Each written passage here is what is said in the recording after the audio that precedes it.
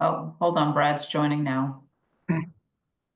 And has June, Kim Craig, If you're having trouble with getting yourself to appear, it might be a little switch towards the top of your computer near your camera. It's like a slide. That has and happened to me, Gary. if Kim Craven is in the audience, if she would raise her hand, we can admit Please. her.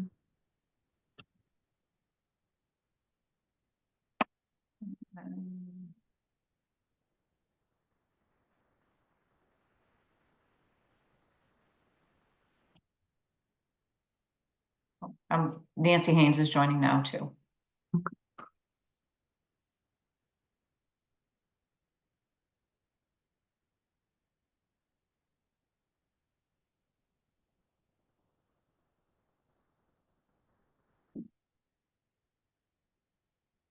Is Kim Craven on yet or no?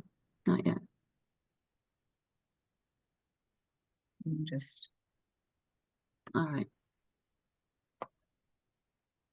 It's 7:03, so okay. Is everyone ready? You have a quorum? It's February 26, 2025. Welcome to the North Middlesex Regional School Committee meeting. It is 7:03. I'm going to call the meeting to order. Attending members are Randy. You just want to say yes. Whoops, go ahead again, Randy. I didn't hear you. Here. Okay. Jill Twigg, I'm here. June McNeil, I'm here. I can barely hear you. What's happening is it's connecting to my laptop and not my main system, so I'm trying to fix that quickly. okay. But I'm here. You're here. Okay. Lisa Bloom,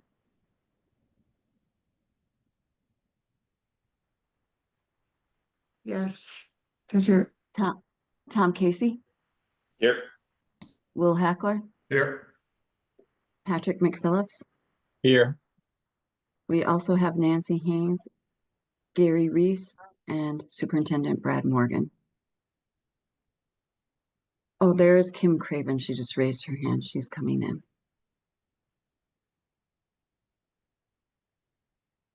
Right. This call is being recorded. Our next scheduled meeting of the North Middlesex Regional School Committee will be held at 6 p.m. on Thursday, April 10th, 2025. Do I have a motion on the consent agenda or anything that needs to be pulled out? Yep, I'm sorry to interrupt. The minutes are not available. They weren't ready for review and approval, so we can do a consent agenda excluding those minutes. Okay, thank you. Is everyone okay with the payroll warrants, the accounts payable warrants, and the donations? Excluding the minutes. Who made the motion?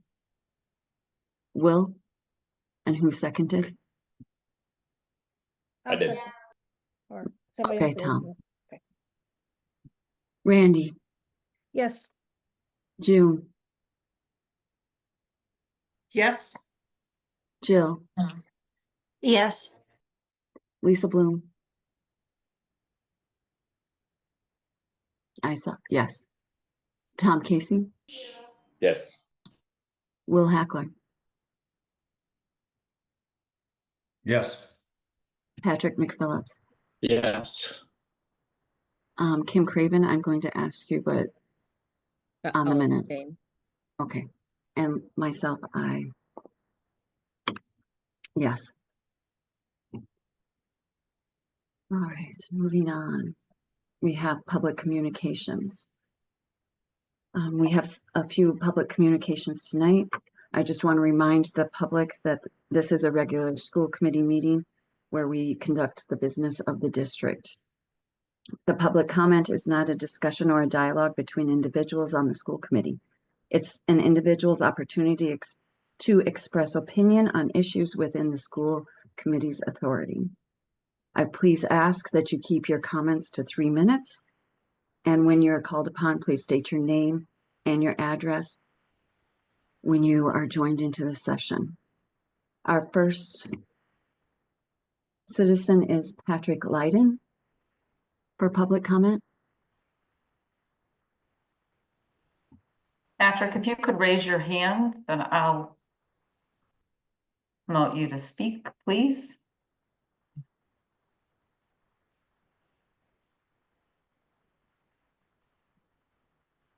Hello?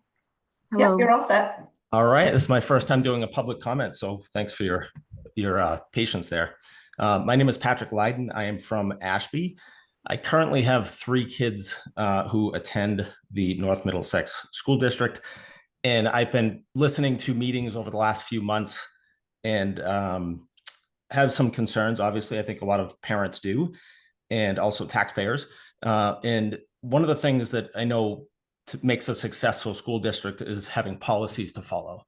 And I know our students have policies that they have to follow in classrooms. I know our teachers have policies, bus drivers and so forth. And I know that the school committee also has their own set of policies. And one policy that I think is really important and relevant right now is a policy that I came across called the Retirement of Facilities Policy. I'm sure many of you are probably familiar with it, but for the public who are listening who are not, it's a policy that basically says that when you decide that there is a building to be closed, that there should be a comprehensive closing study that is done. That would cover a number of different things that would help you decide better whether or not this is the right building to close. So in the comprehensive closing study, it's a section under the school committee policy manual, section F, retirement of facilities. I'm just going to read it real quick so everybody knows about it. When a school building becomes inadequate by virtue of age, condition, size of site, lack of need, or other overriding limitations, and cannot reasonably and economically be brought up to the current educational standards, the building should be considered for a comprehensive closing study. The superintendent will recommend to the school committee which facilities appear to justify further analysis. The school committee may seek both professional advice and the advice of the community in making its recommendations as to the retirement of any school facility. This will permit the public, which originally acquired the property, to benefit from its recycling or retirement. A closing study will include direct involvement by those towns considered in the study and will be concerned with all or some of the following factors. Number 1, the age and current physical condition of the facilities. Number 2, the adequacy of the site, location, access, surrounding development, traffic patterns, and other environmental conditions.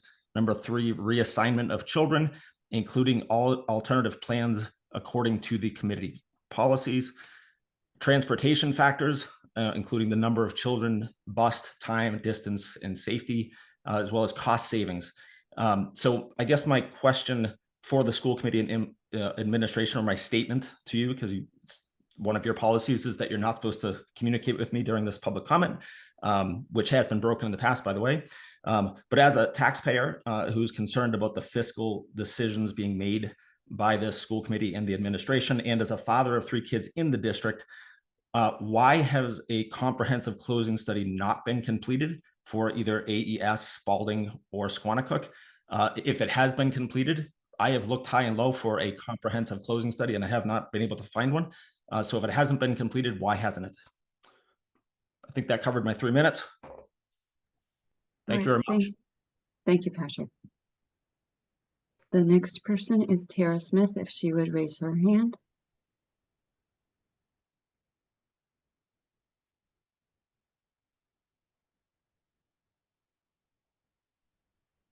And Tara, just state your name and your address, please. Sure.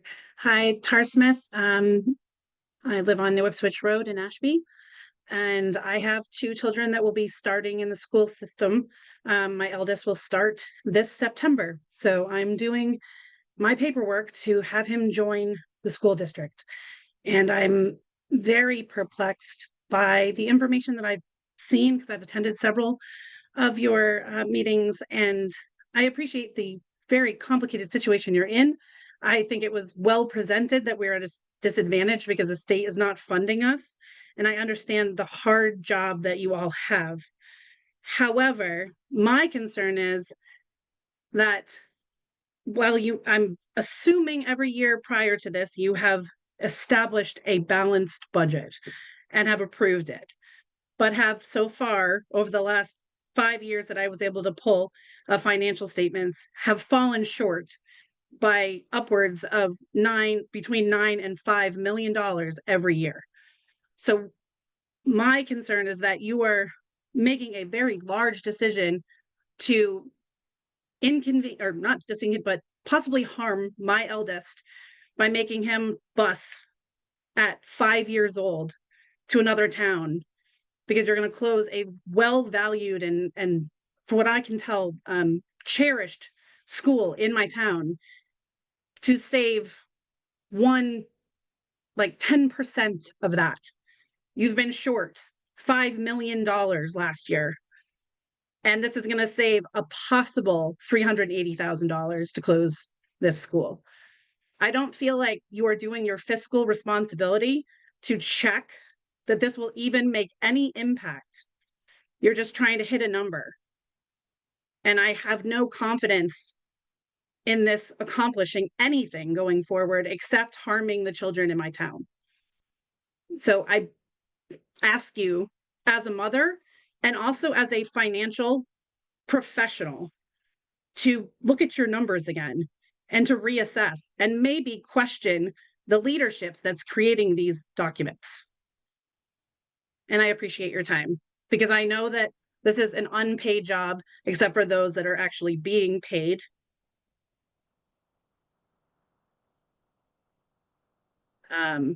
But I do appreciate those that are volunteering on this group. But I would ask you to do some more thought about this before you make such a huge decision. Thank you for your time. Thank you. Next, we have Shelley Jones.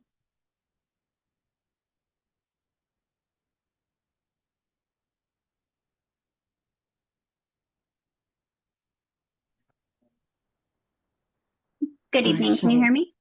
Yep, we can hear you. Just state your name and your address, please. Yep. Shelley Jones, Ashby, Mass. As a working mother with 2 middle school students, their time in school learning is extremely important. I schedule all of their appointments after the school day or during vacations. This year, doing this has been an extreme challenge since my kids do not get off the bus from the Hawthorne Brook Middle School until 3:48 p.m. They are released at 2:30. Multiple families and children in Ashby spend over an hour on a bus. We are left struggling to get our children where they need to be on time, whether it be after school sports, activities, appointments, and even jobs.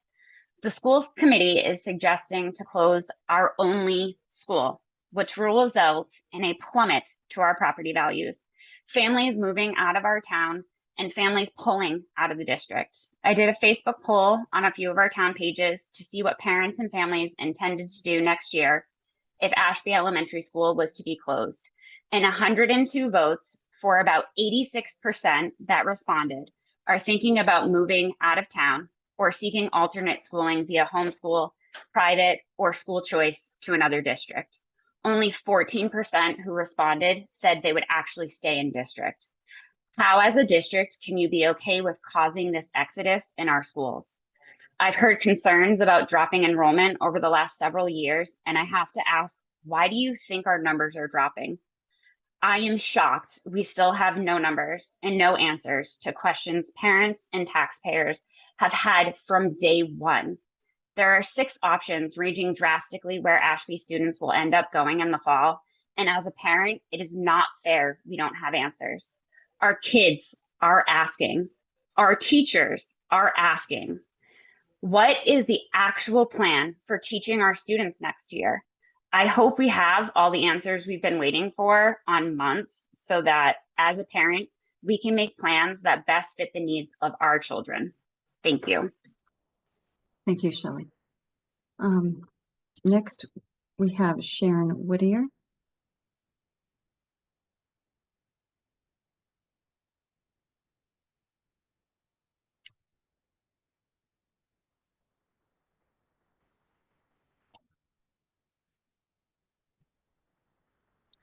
Sharon, just, Oh, yeah, sorry, just state your name and address, please. certainly. Sharon Whittier, 194 Mason Road in Townsend. Good evening, school committee chair and members. Thank you for taking the time to listen to this impact statement from the staff at Ashby Elementary School. As we are all painfully aware, the fiscal year 2025 and 26 budget is in dire need of funding. We appreciate all that the school committee does to maintain buildings and staff for all three of the towns that make up the North Middlesex Regional School District. We do realize that your jobs are not easy. Ashby Elementary School was opened in 1952 and was renovated in 1989. It currently houses grades K through 4 Ashby students. Ashby has been a pioneer for the district, including housing the STEPS K through 4 programs, and we were the first school in the district to welcome a service dog, which the students, staff, and community fundraised to help with the process. Ashby Elementary School works very closely with local colleges, including Fitchburg State, Framingham State, Franklin Pierce, and UMass, by taking on student teachers from the colleges for observations into our classrooms or to complete their student teaching practicum in Ashby. We were the only school in the district in the top 66 schools in the state to raise MCAS scores last year. That was not due to class size. It is because of our amazing administration, teachers, and staff. Not to mention, currently, 3 of our grades have the highest class sizes within the district. Ashby Elementary School students and staff work closely with the community by donating baskets for holidays, Christmas gifts, and our student council makes cards throughout the year for shut-in students in Ashby. Ashby Elementary is the heartbeat of this small community. No matter the ask, the town of Ashby has always stepped up for AES, including fundraising for our new bleachers and the $300,000 needed for upgrades. The building serves as a warm and inviting place to learn. It is also a place where many school events happen that involve this small community. We have seen and heard so many times that it is only 150 students, but our students do matter. Tonight, we are their voices. I think we can all agree that each town wants to keep their own school. Townsend and Pepperell each have several schools. While closing any one of these schools will impact some townspeople and students, it will not have the same impact as closing the only school in Ashby. Negative impacts on closing Ashby. Academic disruptions may experience a decline in academic performance transitioning to a new school and/or environment. Social disruptions, the loss of familiar building, teachers, classmates, and the AES community feel that the children are used to will be very challenging for many of our students and families. Transportation issues, the longer commutes, the sense of uncertainty. Students do not understand the reason behind the closure and may feel insecure about their future at NM. A school closure will create elevated stress and anxiety in our students, especially those students who are already sensitive to a disruption in routine or change. And lastly, but most importantly, is equity for our students within the district to have a home elementary school. We thank you for taking the time to hear our statement. Respectfully, the ASE staff, and thank you. Thank you. Next, we have Carla DeLima.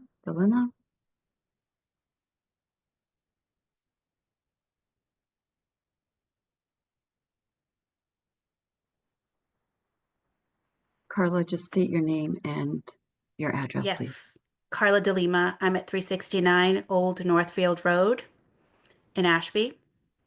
This is my first time attending this group, and I've been following more recently what's going on with the AES. I do have a child that does attend AES, and this is his first year attending that school. And prior to coming to AES, my child attended a private school in Groton. And when we were deciding on a public school, we went to various different towns and looked at what would be a good fit for our child. He is very sensitive and has separation anxiety. So that was really important to me that he fit in to the environment that he was going into. So we interviewed various different schools in various different districts before making a decision of where to put him into, including Groton. We did have that option as well. We decided on actually buying a property here in Ashby based on AES. That was our primary decision maker. It wasn't because of the property, the location, the price. It was basically because of the school. And that was really important to us. We went on site with my son. We interviewed the school. We met with Mrs. C various times throughout the last year prior to actually attending school to determine if that would be a proper fit for him. Coming from a very small private school, it was really important that he felt welcomed and secure in the environment he was in. And with all the different schools that we went into, it was the only school that he walked into and he said, "Mom, this is where I'm going to school." He just felt welcomed and embraced, and he felt like the environment was wonderful, the teachers were wonderful, Mrs. C was wonderful. And to me, that was a huge milestone because as a parent, I also get anxiety knowing, where's my kid going? Is he going to be happy all day? Is he going to be comfortable? Is he going to succeed in this environment? Is he going to thrive? Now, even though we did go to a private school for his kindergarten, he still was a little bit behind on his reading. And that was a challenge for me that I thought, I don't know what to do. He's going into first grade and he's not able to read at level. And right now we are a little bit past 6 months, we're past the midterm. And he went from not being able to read at all to now fully reading a book, several books, sometimes sitting at night reading 2, 3 books a night. And that is a really giant gap that he filled within a short time frame. And that's not to say that he didn't have great schooling prior to this in his private school or, the access to a lot of wonderful teaching. But AES has dedicated so much to him that this is a development that I've reached out to the school several times saying how grateful I am because I really thought that he wouldn't be able to achieve what he did today. Or what he's doing today. So I think with closing of AES not only has a huge impact on that, my son also is gluten and dairy intolerant. So I drive about 7 minutes to the school every day to drop off his warm lunch, which is tailored to his diet. If he has to move to a different school, that's a possible 40-minute drive for me every day just to drop off hot lunch because the school doesn't provide a full dairy and gluten intolerant diet that's a warm lunch for him. So I have that access to that for him every day. And that's really important. On top of everything else that I just mentioned, when we moved to Ashby, we had something that was something we've never had before, which is a community.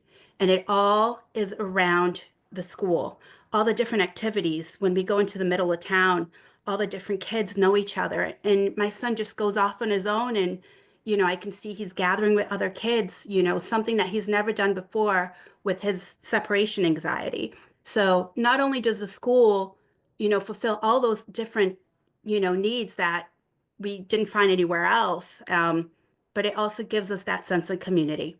So I know you guys are doing a fantastic job and making a really difficult decision coming up, but I think each of these kids, including my own son, will suffer detrimentally if the school does close down. Thank you so much for your time. Thank you. Next, we have Patrick McPhee.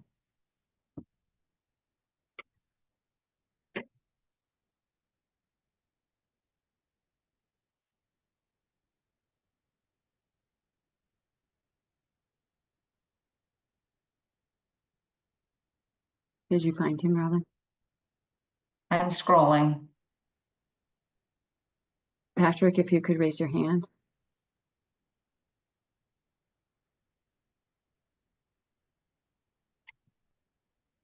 You should be all set. All right, thank you. Patrick, just state your name and address, please. Patrick McPhee on Haywood Road. So,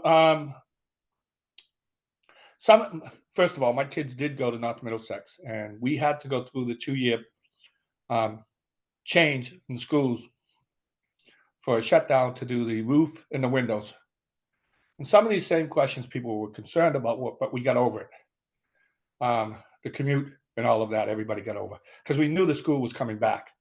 The problem with this, when we did that also, was there was a report about the school that was given before they put the station in. And the concern was by the town select board, including the one that's still on there, was we'll address that afterwards, and it never got addressed. So seeing that they put money in this time to address it, and then they cut half of it to put it back into pet projects, buying a new fire truck, or a new highway, whatever it was. I'm concerned even with the vote for the override. I'm concerned that this board does not respect our decisions and what they make commitments to. Now, I did watch the Pepperell committee. And I was very impressed with them, how detailed they were for their public as to why they needed the override, what they could afford for the override, what they could not afford. Very detailed. So that was a concern, and that was something that really kind of kicked me into gear, saying we're not getting the proper information. I listened to Townsend's board too. I didn't just listen to mine. One of the things that I did here is thank God we're not running the medical as high as Ashby. They wouldn't be able to afford anything that's being put in front of them.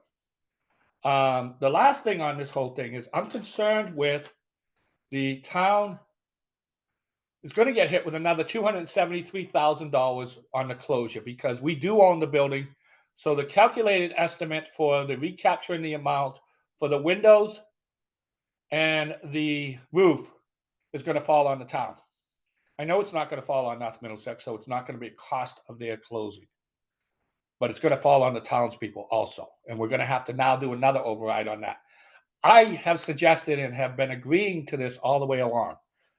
Put a new school or put the $5 million into the school. I don't have a problem paying the $500 or the $1,000 extra to keep the kids here. But people aren't moving forward with that request.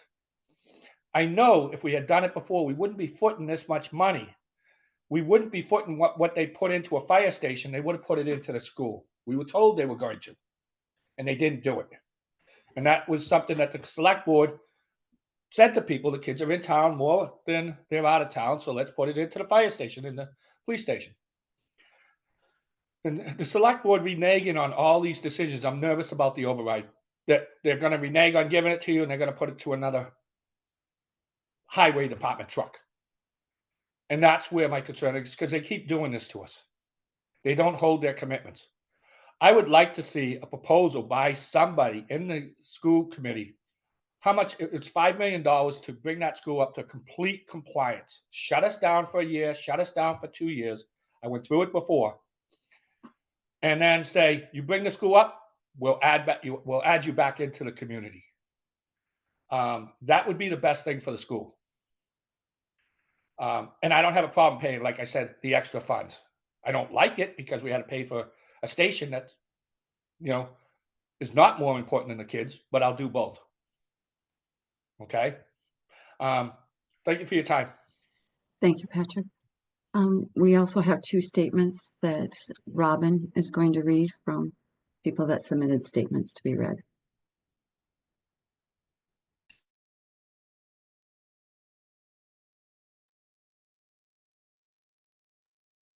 When you're ready, Robin, go ahead. Yep. Can you hear me okay?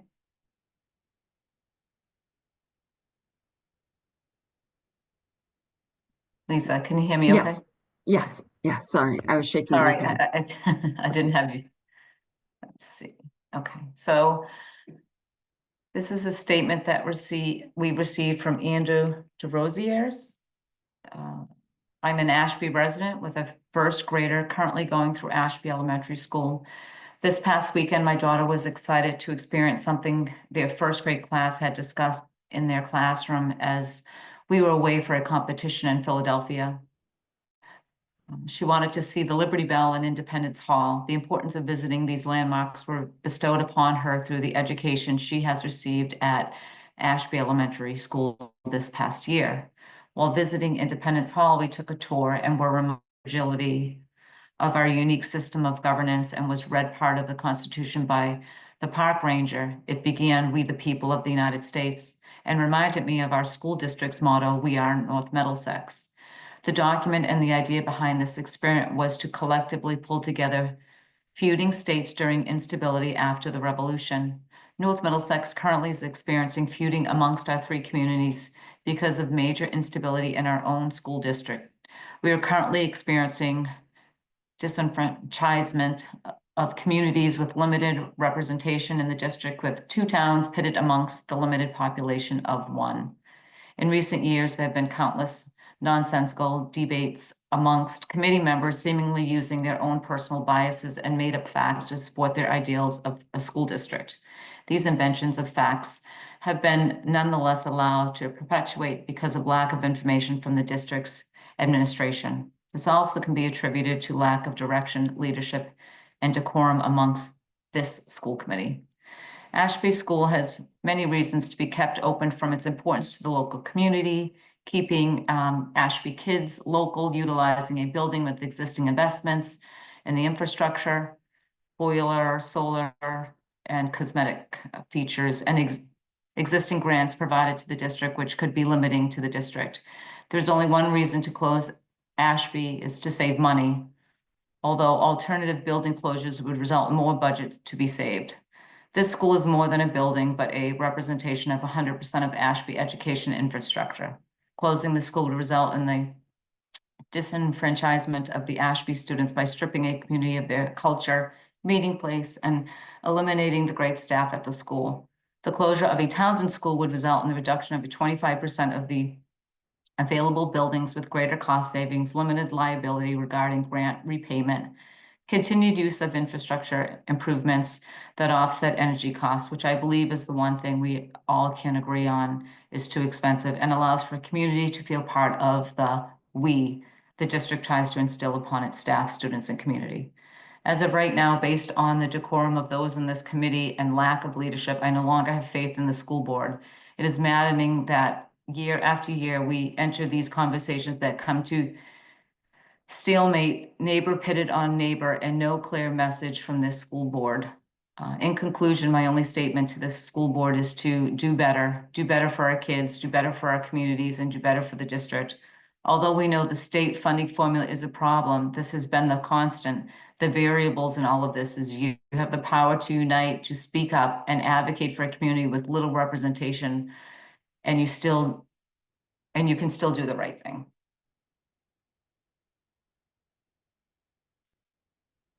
All right. Do you want me to Thank read you. The next one, yeah, by Chelsea.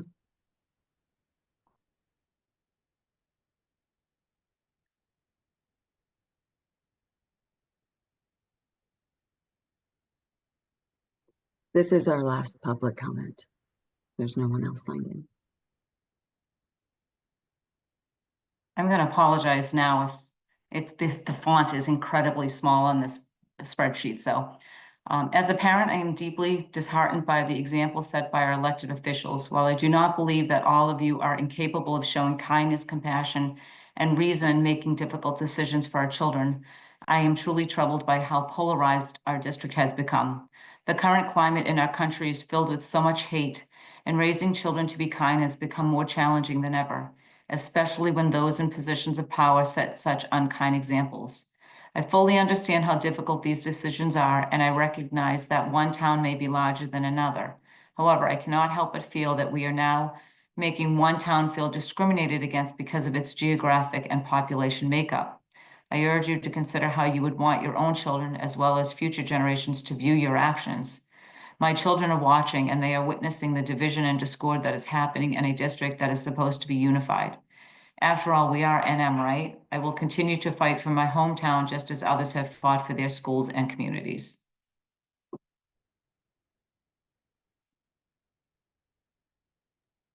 All right, thank you. All right, that will end the public comments.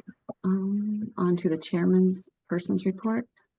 I'm going to welcome Kim Craven. She has been appointed by the town of Townsend to fill in the rest of Bill Bird's term as he resigned 2 weeks ago. Welcome, Kim. And that's all I have for a chairman's report. We are on to Brad or Superintendent Morgan's superintendent report, if you have anything. I just have the budget presentation later on in the meeting. All right, thank you. On to new business. We have, is it CPAC? Is that how you say it? CPAC? Yeah, if Rochelle could raise her hand.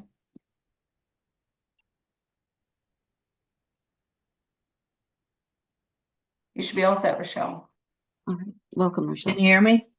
Yes, we can hear you. Thank you. Okay. Thank you for this opportunity to give you guys a quick update on what we've been working on this year in CPAC. We are always trying to bring awareness to parents.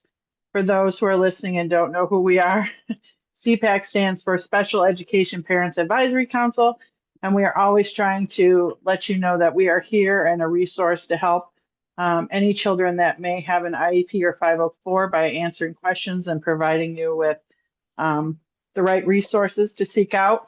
In that effort, we continue to have a table at the open houses in the various schools in the district so that we can meet with parents and have that discussion. In October, we were excited to host a meet and greet with Erin Upton, who is our new special education director, where she also presented a review of the IEP document that's going into implementation this year in the district. That was very well attended, and we were excited to have that opportunity. In November, we had the Federation for Children with Special Needs present basic rights, evaluation, and eligibility for IEPs for parents and community members. And we also had our annual fundraiser with Sophia's Pizza, which we are very grateful for their continued support of our organization. In December, we had our second annual Sensory Santa event. This is an event near and dear to my heart. It's a great and much needed event for kids in our district who are unable to visit with Santa in a typical location like a mall due to sensory issues. So we offer them an opportunity to meet with Santa in a quiet and calm environment. We also provide some snacks and games. It's a really fun event, and all those who have volunteered thoroughly enjoy the event. We continue to sponsor Tree at the Townsend Library Festival of Trees. This year, our book featured anxiety awareness. We thought this was a fitting topic considering the mood of our district and nation at the current moment. We decorated the tree by polling teachers, adults, and children within the district and asked, what makes you anxious and how do you handle your anxiety? So it was a unique learning opportunity for anyone who stopped by our tree to get a variety of different information. As we move forward, we are looking forward to Child Mental Health Awareness Month in May. We work with the schools in the district to recognize this week in May by planning activities that are age appropriate for the students. We also have an upcoming fundraiser with Bailey's. CPAC will receive proceeds from sales of Burger of the Month in May, and we kindly ask all of our community members for their continued support. We have upcoming elections in May. We are in desperate need of volunteers and co-chair positions. This is not a huge time commitment, but we do need parents committed to helping. We have a number of great ideas that, due to lack of help, could not be pursued this year. One of those ideas was a Hawthorne Brook Nissitistic game night, where the kids would get an opportunity to meet each other at the high school and have some fun before transitioning. But because we didn't have parent volunteers, we can't make this a reality. So it just goes to say that we really, really need your help to make all these ideas a success. So no matter if you have a few minutes or more to volunteer, please consider helping us out. And we do ask that in light of everything going on in the district this year, if schools are going to be shut down, that the schools will consider hosting their own meet and greet to ease in the transition for any children who are going to be moving to a new location, to help with anxiety and make them feel welcome into the new environment in which they are going to be learning. And finally, I have one request for the school committee members. I would like to request that the district provide additional screening of new hires for anyone in the district. I suggest we change the policy on background checks to include a mandatory check of the DCF Central Registry. This check returns any instances in which a supported finding of abuse or neglect was recorded and the situation was turned over to the district attorney for possible charges. If the charges were not substantiated, no record is returned. Unfortunately, in many cases of abuse, and especially sexual abuse, criminal charges are never brought. This is not for lack of evidence. It is because many parents make the decision that putting their child through a criminal trial would re-victimize them, and so they do not decide to pursue charges. So often the most serious misconduct someone could have engaged in as an educator does not show up on their record with a current background check or and local district policies. Ashburnham Westminster School District is the very first school district in the state to adopt this new policy, and they are happy to assist with any questions we may have if we would like to adopt this as well. There is no additional monetary charge involved in this process, but it does require an extra step in the hiring process. So I would kindly ask the school committee to make this part of NM new screening process to help us close the loophole and keep our children safe. Thank you very much for your time. Thank you, Rochelle, and thank you for your commitment to the CPAC organization and the parents out there that stay committed to this as well. We will take into consideration the last thing that you said about getting the extra screening. Randy, would you be able to take that on or work with Brad, and since it would be a policy change? Okay. You're on mute. Sorry. Yes, I can take that on. Okay, thank you. All right, and okay. We'll move on to the out-of-state overnight field trip request. Superintendent Morgan? In-state field trip over. Oh, in-state, sorry. Yes, and I do apologize. This was submitted rather late. It is a trip that our students have not had the opportunity to go on for a number of years. And it's kind of a different situation where the advisor is not attending and another faculty member at the high school is attending in their stead. So I ended up submitting the paperwork. I actually thought that it had been submitted, but that is on me. So I am asking the school committee to approve the trip of 12 of our student council members to go down to the Cape for the State Student Council Conference. And it's been several years in talking with the students since this trip has been done.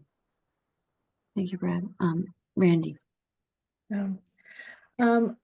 I have no problems with this trip. I encourage it. I think it's wonderful, and I hope the students learn a lot from it.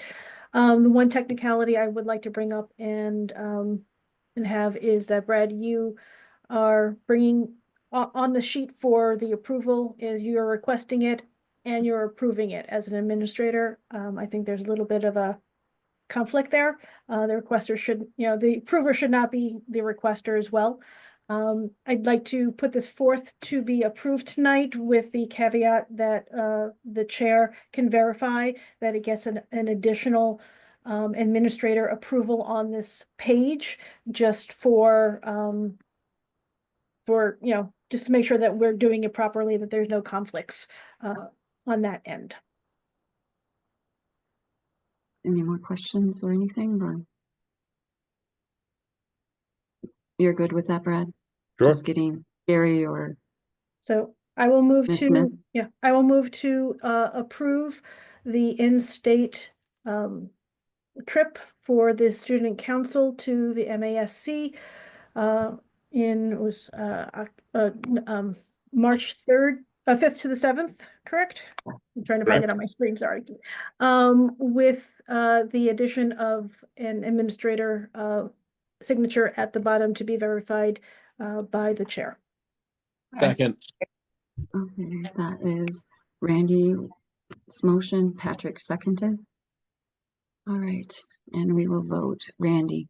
Whoops, sorry, Randy. It's okay. Yes. June. Yeah. Tom. Yes. Will. Yes. Kim. Yes. Patrick. Yes. Lisa. Yes. Jill. Yes. And myself is yes.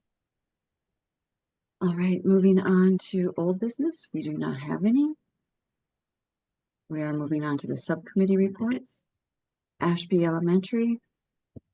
Accelerated repair. Nothing from Ashby, correct? June, you shook your head. Yeah, no. Okay.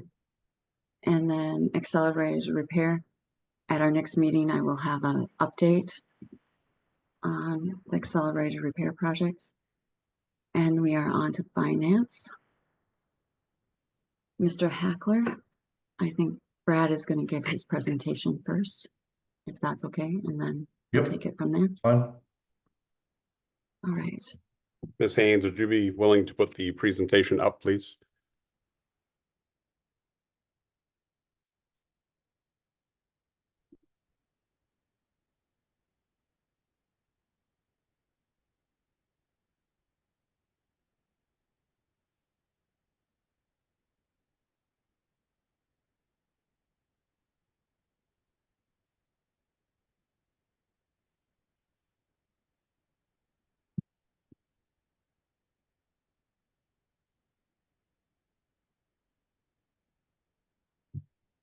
Thank you. So we just have a brief PowerPoint to go through some of the options that we'll be looking at tonight. The budget narrative that you do have in your packet is a 3.16 increase over FY25. Just to be clear, I want to make sure that we're not confusing the numbers, because there are some different numbers outlined in this presentation. And just going back, the level services budget that we originally were looking to propose was a 5.48% increase. So we've reduced that to 3.16, a little bit more than $1.5 million less in level services. This includes the reduction of 12 full-time positions in the district, as well as a building closure with consolidation savings. Additional budget, actually, before I get into that, I do want to explain with regard to the building closure. I'm sure most of you have seen the response from the MSBA on potential clawback or repayment amounts that the district, that they will be looking for the district to repay. I did have a conversation with Michael McGurl at the MSBA today, and we did discuss the how and when of any type of payment that would have to go back to MSBA. And quite honestly, it's really not clear. What MSBA does ask is that we make a decision and notify them in writing. And then they will make further determinations about how the district will pay back the MSBA for the money that they quoted us, which was just over $270,000. I asked him if there was a possibility, due to our budget situation, that the money, that the amount be lessened. And he came back to me and said, we'll discuss the how and when later. I need something in writing from the district first. He was not willing to answer or could not answer whether or not that was the actual amount that the district would have to pay back for the building project. So again, as far as the 270, it may not be 270. They may look at other ways of collecting that money. It's just not clear, and discussions will be had once a decision is made. And that came directly from Mike McGurl, who the letter was addressed to, in a conversation that I had with him this morning. Another potential option that we could look at would be additional reductions to the budget increase that would bring it down to a 2.55% increase and another $400,000 in reduction, which would be 6 FTEs at the middle school and $40,000 of other reductions in tech or facilities, again, potentially cutting curriculum or technology lines further. There's also an additional slide at the end of this presentation that could potentially garner some extra funds as well that I will go over. So again, the two that we're really looking at this evening, in my hopes, would be either a 3.16 or the 255. We can move on to the next slide. So the 3.16% increase would include the closure of Ashby Elementary. Squannacook would become district-wide pre-K, grades K and 1 for Ashby Townsend. Spalding would be grades 2 to 4, Ashby Townsend. Varnum Brook would be K to 4 Pepperell, as well as our special education programs. District-wide, Hawthorne Brook would be 5 to 8, Ashby Townsend. Nissitissit would be 5 to 8 Pepperell special education programs district-wide. And then the high school would remain the same with central office there as well. I do want to point out, and I know we've discussed this previously, maintaining the programs in Pepperell has shown to save significant money with special education transportation, as well as saving money on some of our service providers by eliminating a good deal of travel that they would have to do if we had our programs located in multiple locations or multiple towns as opposed to one. We can move on to the next slide. Something that I do want to point out would be the potential for a 0% increase. What would actually happen if we had to cut $3.6 million less than the level services budget that we are recommending? And that really does get the towns down to a 3% assessment. That is something that they have requested. Again, it's extremely difficult for us to do, and you will see why in the next couple of slides, but a budget increase of 0, this is what it would essentially look like. We can move to the next slide. It would entail an additional building closure, as I've said before. Closing 2 buildings, I think, would really put us in an extremely difficult situation. It would leave little to no room for growth. We would have to reduce an additional 15 FTE, 10 at the elementary level, 4 at the middle school level, 1 at the high school. And then we'd be looking at savings. Again, if it happened to be Spalding, we did use Spalding in this particular model because it's really going back to option 4, which is what the school committee had looked at previously. That's a savings of $535,000 in change. But I do want to point out that when we are talking about closing a school, whether it be Ashby or whether it be Spalding, Ashby, if it's $380,000 in building and tech, there's also a significant chunk that is added onto that in staffing consolidation. Same thing with the potential closure of Spalding. When you close a building, you consolidate staff, you disperse students, and you create class size balance, again, possibly in the wrong direction, but it does help with, it does entail some staffing consolidation as well, which is not on this, which is not part of this model right now because the building is there. Other expense cuts would be in the $250,000 range. Again, looking at potentially, paying off some of our debt in the district. And also, again, I have a final slide which will help with looking at how could we potentially make additional cuts or savings if we needed to get to this. But I do want to point out that that's an additional 15 staff. If we don't close a second building, that means we would have to eliminate or reduce another $535,000 of staff. Okay, and you will see by the class size models what that will do if we actually had to move in that direction. We can go to the next one. So this is going back to, if we have to close 2 buildings, this is that option 4 that we discussed. Again, in having the opportunity to look at this option, it is not an option that any of us feel great about. Again, it leaves us very little room for growth. It will increase bus rides exponentially for our students. I can't even really guess what the bus ride would be from Ashby to the Nissitissit school. Not gonna happen. I'm sure that all of you have seen some of the emails that we've gotten this week, especially in the winter when the roads are difficult to navigate.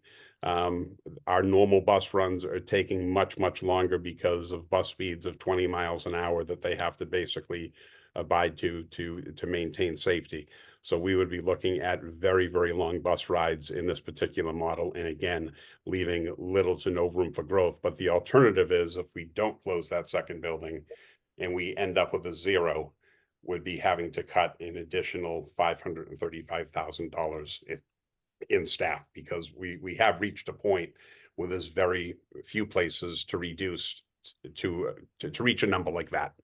We would also have to reevaluate the location of our special education programs as well at that point, because they would no longer fit at Varnum Brook, and quite honestly, they may not fit at Nissitissit either. We would likely have to spread them out, which would be reason for additional costs as well. Go to the next slide, please. Some administrative reductions that we've talked about in the budget, and I have here for you. Really, as all of you know, this year's a little bit of an anomaly. I'm at the high school. We are going without in some other areas. So I did want to just put up what our FY24 administrative structure looked like and compare it to what we're proposing in FY 2026. In FY 2024, we had 2 full-time APs at the high school, 1 full-time AD. Spalding had 1 full-time and still maintains 1 full-time FTE this year as an AP. The Director of Humanities and then the Director of STEM, both 1.0 FTEs, for a total of 6 FTEs. What we're proposing for the coming year would be to essentially hire a new assistant principal at the high school, so 1.0 FTE there, maintain the 1.0 AD AP shared role, and then take what was formerly our directors, our STEM director and humanities directors, which were also changed a little bit this year. Again, they've maintained some of those roles, but we've been adding things to those roles, as DESE has also increased the responsibilities on school districts in the areas of Title I, but also around accountability in the area primarily of chronic absenteeism, to basically look at those 2 roles and basically move them towards a director of Title I and family engagement and an instructional coach. Due to the numbers that we have in the district of Title I, we are mandated to have an administrator overseeing that program, again, because of the numbers.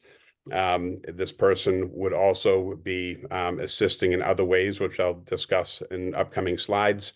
And then the administrator of academics and accountability, which would be primarily a high school position, which I'll talk about in a later slide as well. Both of those positions, the director of Title I is fully grant funded, where the second position, the administrator of academics and accountability, is about 14% grant funded. So we can move on to the next slide. And the rationale for the administrator of academics, accountability, and student activity accounts, the person would also be helping with that, is to provide necessary support to North Middlesex Regional High School and the district. The person would still have some district roles, but quite honestly, the reduction of a full-time assistant principal at the high school, the elimination of a full-time guidance counselor at the high school, as well as the elimination of just some, the director of data accountability and the director of STEM, has led to this position. Again, it would be 14% grant funded through Title IIA, 86% through the operational budget. But what has happened, again, with the reduction of the assistant principal and the reduction of the guidance counselor, is that we do need some additional help with overseeing all academics at the high school. We need help with educator evaluation, making sure that our educators at the high school are being properly evaluated and that our timelines are being followed as outlined in the contract, to assist with NEASC, to assist with credit recovery for the students that are struggling to graduate, and looking for alternative ways for students to obtain the necessary credit to graduate on time, to assist with transition planning after hospitalizations and extended absences, to serve as the district attendance officer. Again, chronic absenteeism is something that we have to track, we have to monitor, something that we have to pay very close attention to and do everything we possibly can to put steps in to improve our attendance. That person is already doing that this year, but again, this would be a part of the district work this person would be doing. Help with high school student activity account management, data and accountability, and then chronic absenteeism across the district. So that would be the administrator of academics, and it would be primarily housed at the high school. I would say about 90% of the job would be high school work, 10% would be district-wide. Next slide. The second position would be the Director of Title I Family Engagement and Elementary Instructional Coach. This is 100% grant funded through Title I. As I mentioned, it is required that there be an administrator for the Title I program. The level of supervision and coaching required is due to the change in Title I classification from school-wide classification to targeted assistance. Also, with the loss of the assistant principal at Spalding Memorial School and increased population at Squanicook, this role will assist with educator evaluation at the elementary level and be housed at Spalding Memorial. So again, would have some district-wide work, but also some targeted work with educator evaluation at Spalding and at Squanicook, where both of those buildings would be without assistant principals. You can go to the next slide.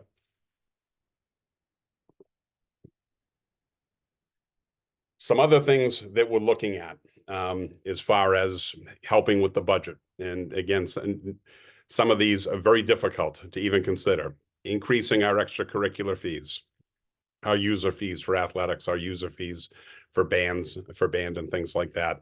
Not contributing to OPEB, which is not something that is recommended and does have an impact on the bond rating.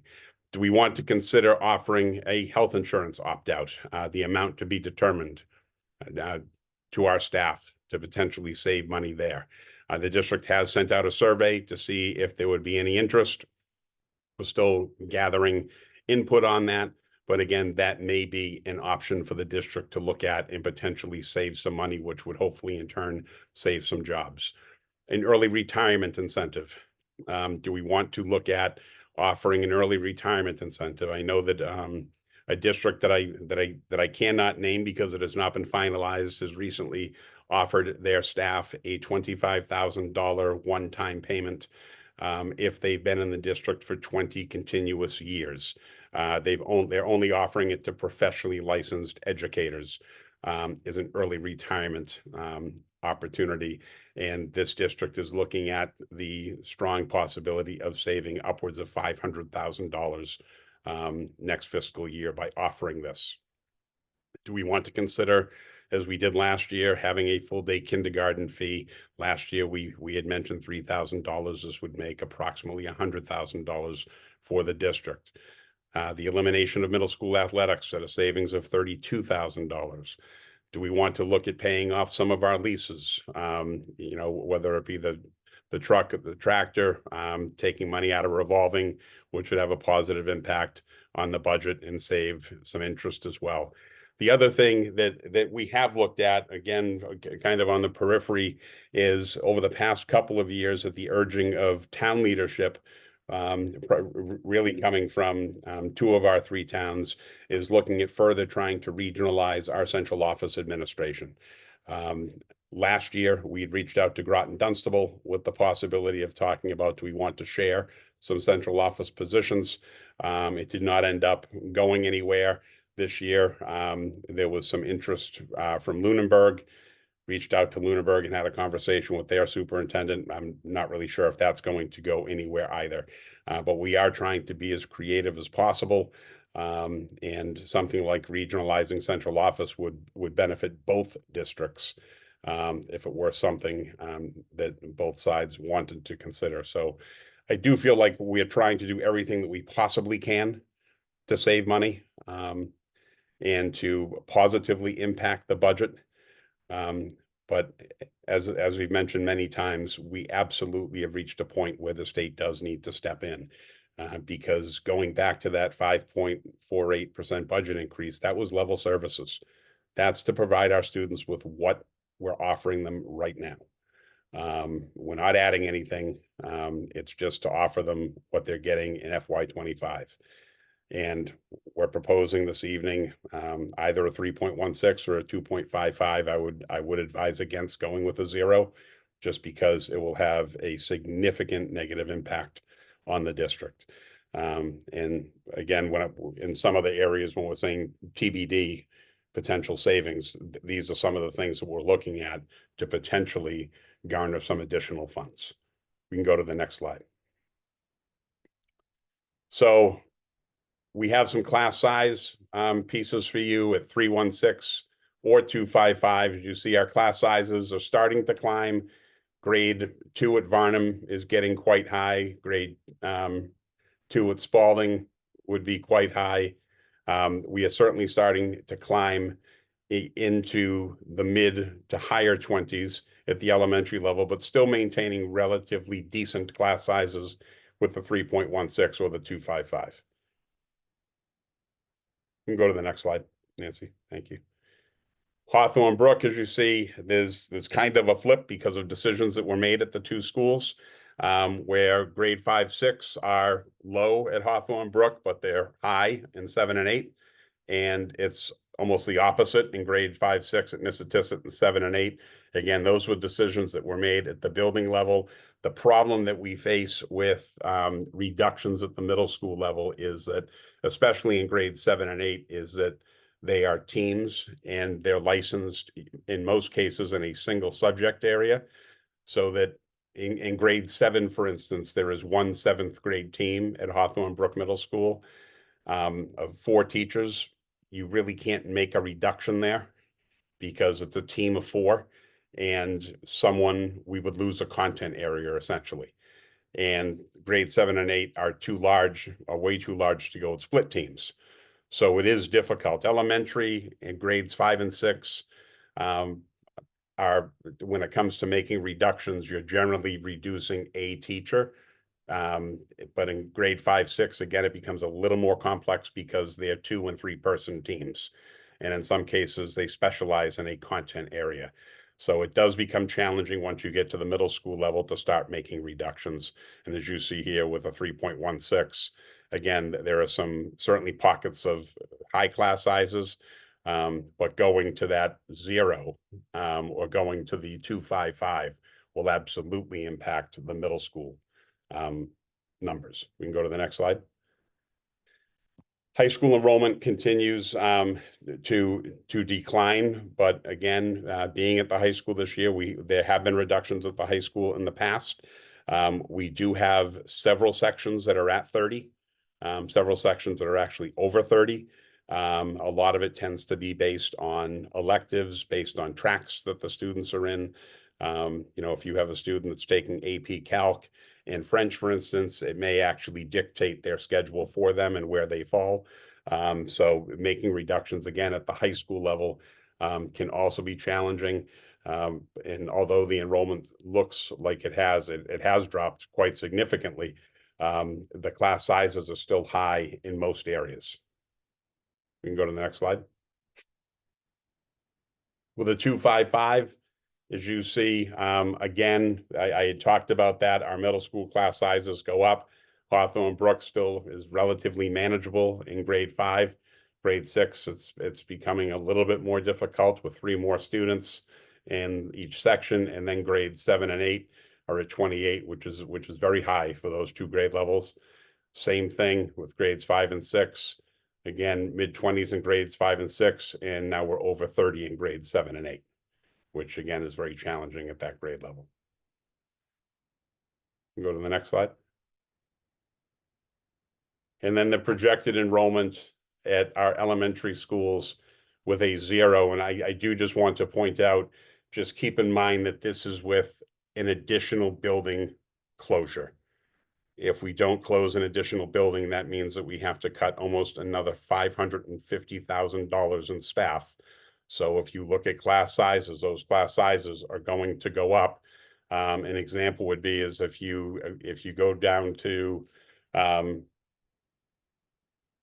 grade 2 Ashby Townsend, it should actually say, I'm sorry, that's right. 32, there's 4 sections there, 32, 32, 33, 33.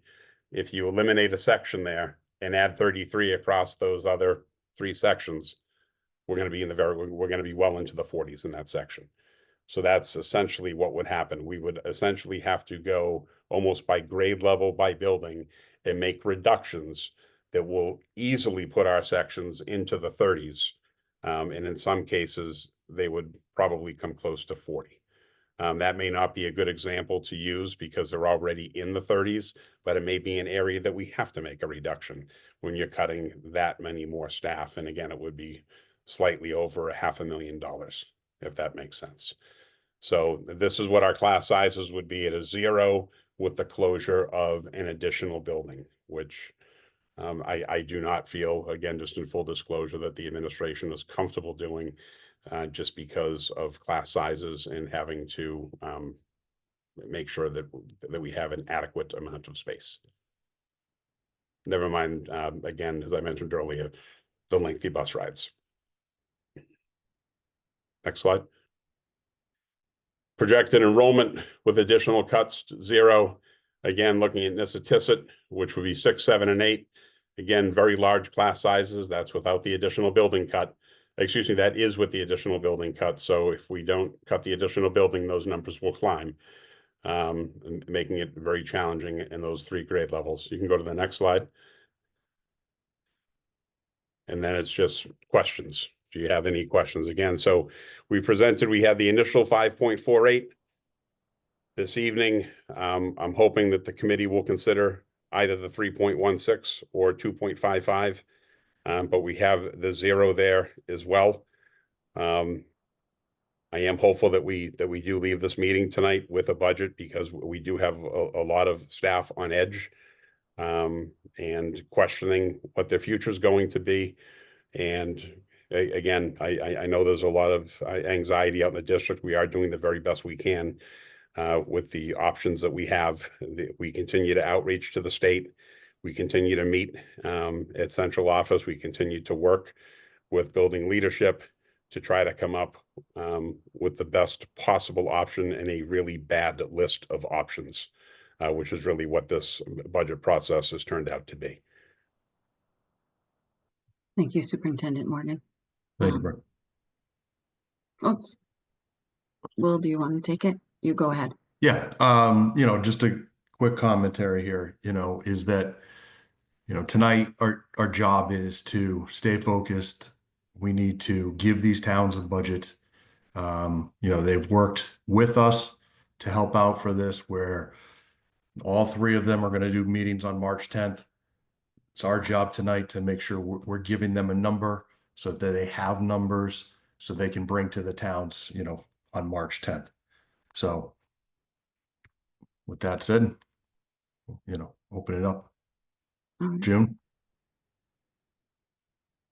I just have 2 quick questions to start. Well, one is quick. As far as the class sizes, physically, logistically, how many students can actually fit in the classrooms that we have? Because I know it's long been said the largest classes in the district were at Ashby Elementary. So if they're smaller than that, I'm just wondering, can we fit 38 students into a room? Brad, you're on mute. Got it.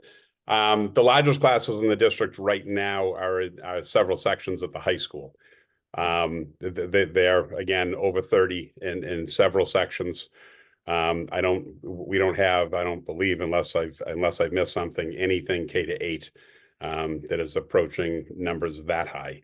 But again, the high school is slightly different because of the course selection process and just the way the schedule works out. And it varies building by building as far as a classroom size.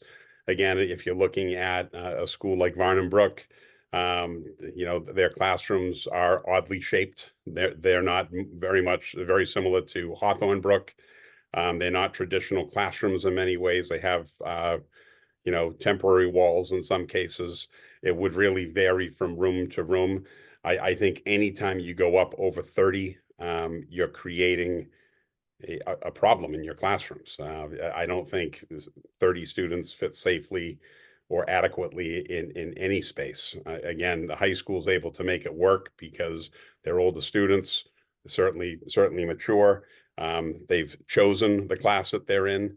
That's usually in that situation where, again, when you're looking at elementary, middle school students, it's a different situation. That there's less choice, and it would vary from building to building. But above and beyond whether or not students would fit, it would be being able to manage the number of students that are in the classroom, which would be a significant stressor on the teacher. You know, as we all know, there's a wide range of learners in classrooms in our classes today. And to have, 25 is a lot. You know, I would love to say we could have class sizes of 21. Can't do that. 25 is a lot, and going up over 30 is going to be a real challenge. So I think fitting the students would be a problem. I also think managing the students, being able to manage the different learning styles and deliver effective instruction, I think would be a real challenge. I definitely agree that that would be a terrible situation with that many students. I was just wondering if it was actually even like feasible. I know the numbers are on your slide, but if that's what it came down to and that's, where we ended up, is it even possible? Or is that too many, like, as far as like capacity and fire codes and stuff like that? Or is that not even something that could actually happen? Again, I think it can happen in some locations. It can't happen in every location. It's going to be specific to the room, and the type of furniture that is in that room. There are desks that are large. There are desks that are much smaller and take up less space. It is going to be dependent on the furniture that's in place and the design of the room in the school. We have not gone and actually put desks of that because we literally have to do it in multiple rooms in every single school because of the shape of the classrooms in most cases. Again, looking at Varnum Brook and Hawthorne Brook alone, the design of those rooms is very, very different than traditional classrooms. So that's something that, again, I think we're looking at square footage and giving our best guess. I do think that if we get up over 30 and into the mid to high 30s, I don't think we're looking at a situation where we can fit students in classrooms. Okay. All right. Thank you. Mhm.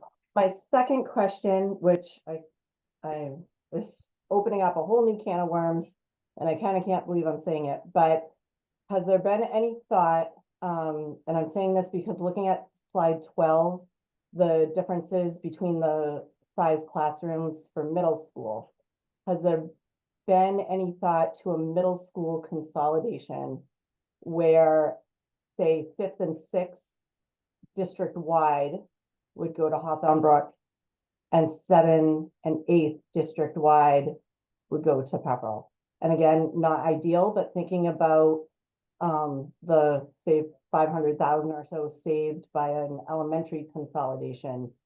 Has anybody talked about that? And I know we hear a lot about the great science classes in Pepperell, and so to open that up for the older students, I didn't know if that's something that's been explored by the admin team. It has not been explored this year. It is something that was explored, I believe, in my first year, and it was not well received. In talking about that very thing of having 5, 6 be district wide at Hawthorne Brook, 7 and 8 be district wide in Nissitissit. I do think that, again, in option 4, although I don't think it's a great model, of having 6, 7, and 8 would somewhat accomplish that. You'd have 3 grade levels there instead of 2. But just having 5, 6, and 7, and 8, no, that is not something that has been looked at this year. Well, I can just say I was somebody, it was prior to my committee time, a few months before I joined the school committee, actually, and I was very vocally against that, which is why it kind of hurt to bring it up tonight. But We were not in the same situation 6 years ago that we are right now. And it could potentially save, retain a building in the district and, again, just trying to think outside the box as to what's best for the students. And if we're seeing lower class sizes in, 2 grades and higher in the other grades and a flip-flop, I'm just thinking about the elementary consolidation, that it might make sense. Perhaps not permanently, but maybe for a year or two while we get through this budget crisis. I'll have more comments, but I just wanted to bring those 2 things up right away, but I'll let somebody else go. Thank you. Randy?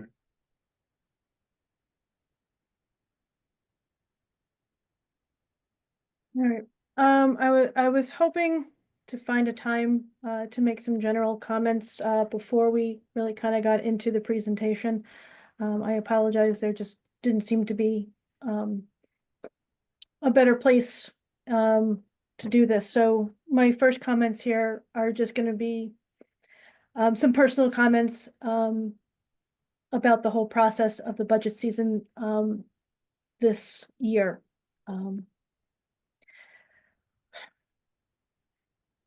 This entire budget season has really been hard on me. As people know, I've been on the school committee for quite a long time. Been through some difficult years before. And it just seems there's so many things this year that are just not going well. It was extremely disheartening to me at our public hearing to hear what people were saying, not from their opinions on fighting for their students, but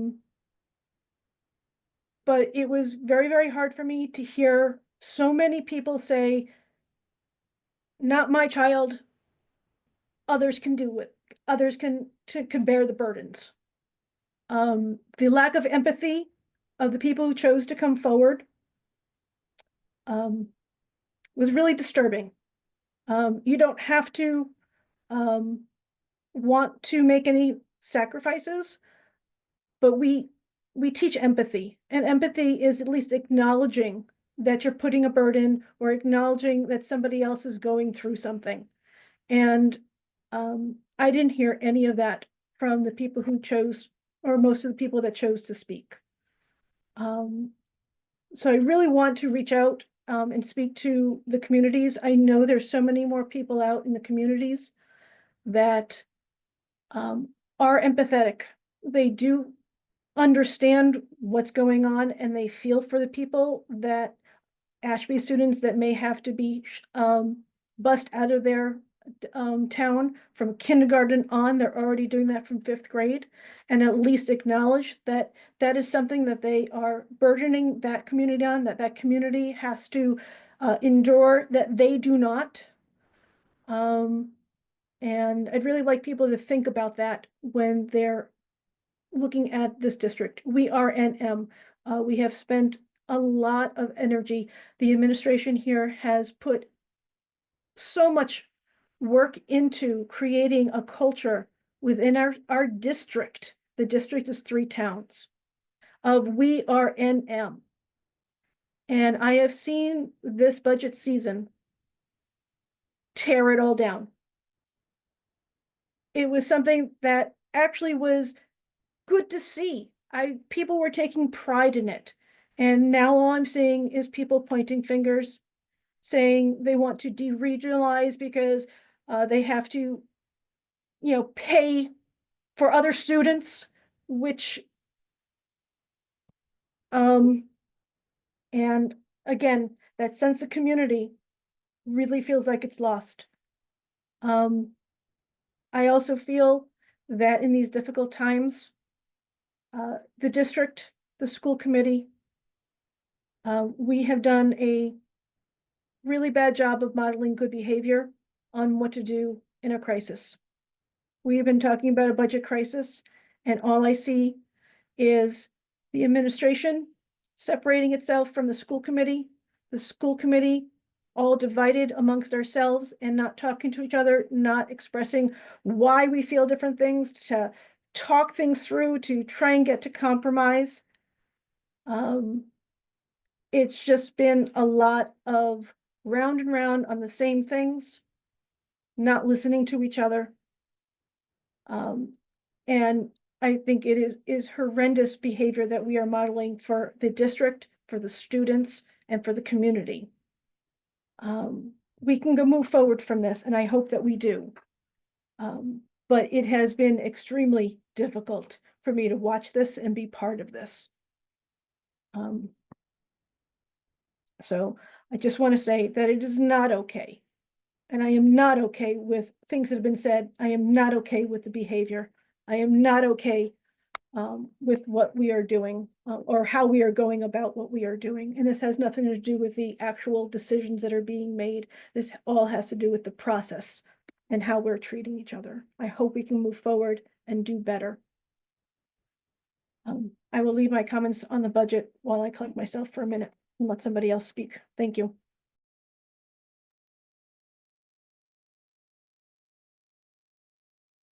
Okay. I'd like to go around, the whole group first here, June, before we come back to you. Anyone else next?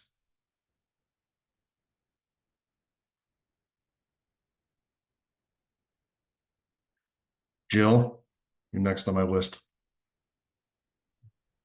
Me, I'm next. I don't have anything further to say. Everything has already been said here today. I empathize with Randy being upset. I'm sorry that you're upset, Randy.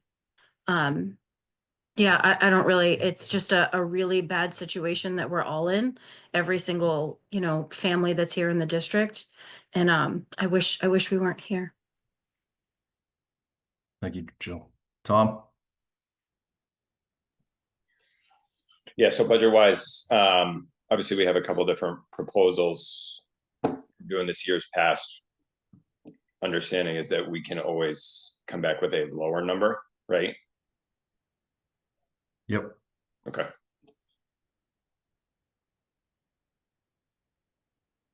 Okay. Patrick? Am I at this time allowed to discuss my opinions on which option we should consider, or is that against? Oh, go ahead. Meeting. Just in what Brad said, and since we've been speaking about it at all these meetings, I think we should start with the discussions on the 3.16 is what we lean towards. I think it's a very fair budget we're putting forward. We've clearly made a lot of cuts, deep cuts, and if the towns can't support that, I honestly don't even recommend another cut. Doing the dollar, go to a 12th budget, and then let the town come in and arbitrate it, because I don't see how we can make more cuts without greatly impacting the entire district's education.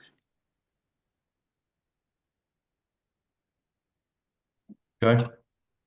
And just a second thought while I have the floor, I've received a lot of emails on buses, and I just want to let the people know that I am digging into that and looking into that. I understand snow and winter have been a cause for some of it, but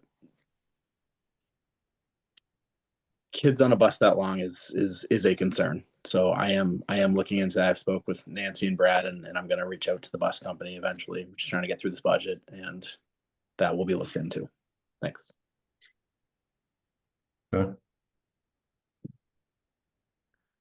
Lisa Bloom, you seem to be moving around. Do you want to speak?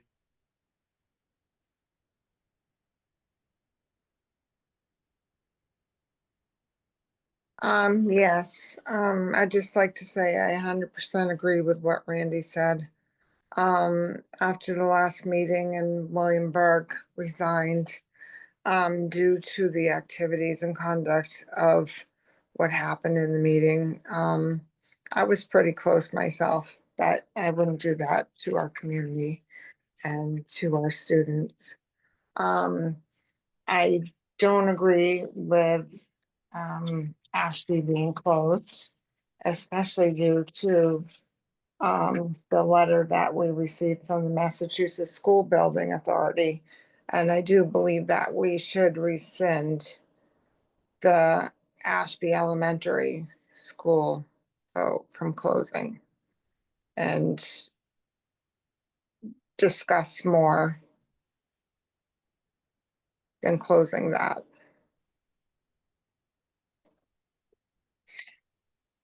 We're not going to save much between what we're going to have to pay back from the grants. We're going to end up the project cost recovery. We're going to end up having to pay $273,000 back, on top of paying the solar panels, on top of paying the windows in the roof. And it's not going to save us much money compared to the $380,000 that's, proposed for closing one school, and what it's going to do to our community. Ashby Elementary, or Ashby, needs a school in their town as a regional district.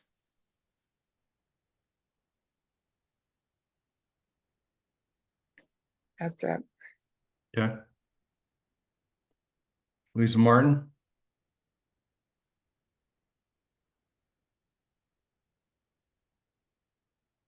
This has not been an easy budget season, and I realize that for everyone.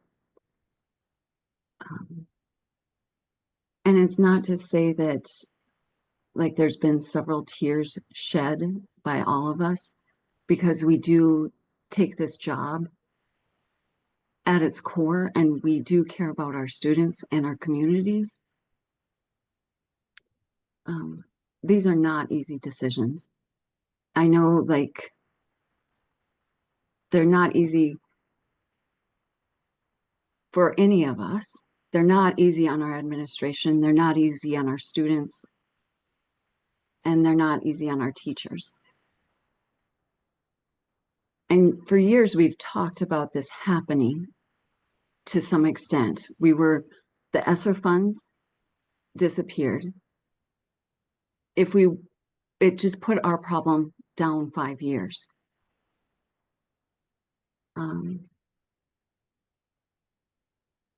Today, I conducted messages with Margaret Scarsdale and Edward Kennedy, Senator Kennedy, trying to figure out better solutions and advocating. I know that the MTA had a big meeting of centralizing all of their efforts for advocating for the school budgets.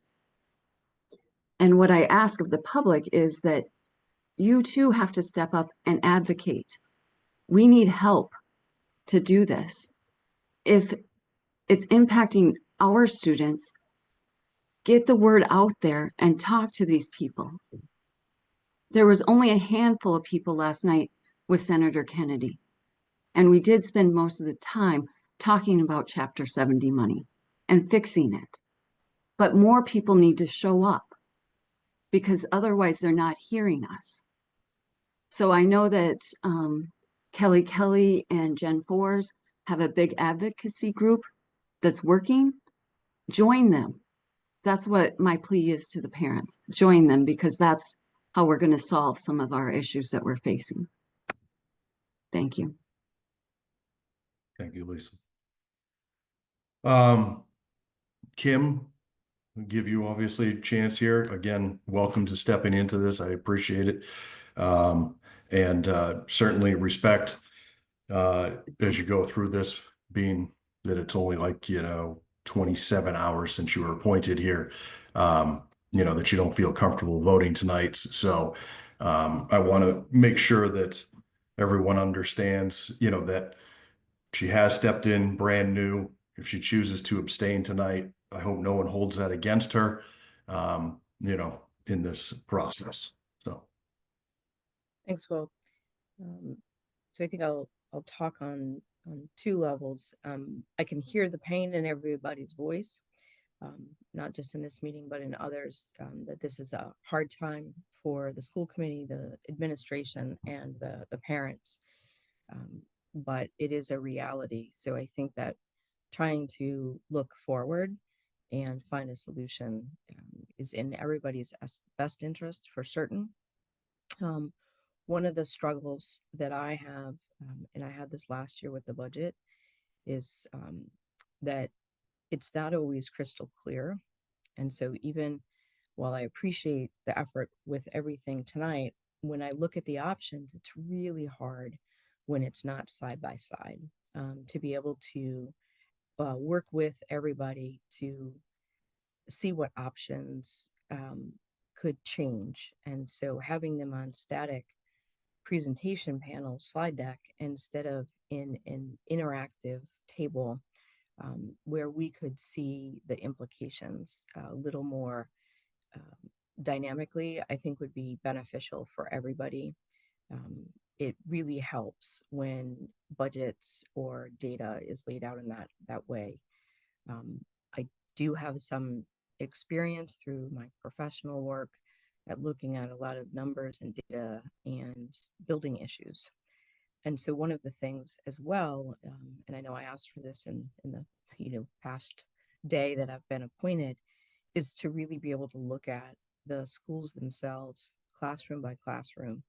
What is the use now? What is the intended use? And as the superintendent said, some of our schools are not neatly laid out as a traditional school would be. So it's just not plug and play. The other struggle that I have is once a building is shuttered, it's shuttered. And there's folks on this call that know me. I do talk that if there is shuttering, we do need to have a reuse plan. I'm pretty active in our community trying to think through some economic development solutions, and to just not think through the long-term viability of the district. I think we're shortchanging ourselves. And in the short time that I had today, I did talk to the state and ask them, what does it mean to have a school building in operation? Does it have to have kids in it? Can we have something going on to see what might happen in the next budget year? Do we have to make a definitive decision now? I've heard this date thrown about. I've looked at the document that was drafted, but I can't find it anywhere that it was ever codified. The 2007 document that was referenced by one of the community members. So for me, I'd like to be able to participate and vote. I think it would come with some caveats. And I know you've been down this, and I don't want to rip off a Band-Aid, but I will. I think to be effective for years to come, I think the school committee, and now that's me, has to be thinking very broadly. And if there's an ability to keep a school open and pause and breathe, and I'm not saying that it would be filled with students for the upcoming year, but to preserve the use, to see what pressure we can put on our state legislators, and take heart to what Lisa said, that everybody has to participate in our communities. All three communities need to be helping with that advocacy effort.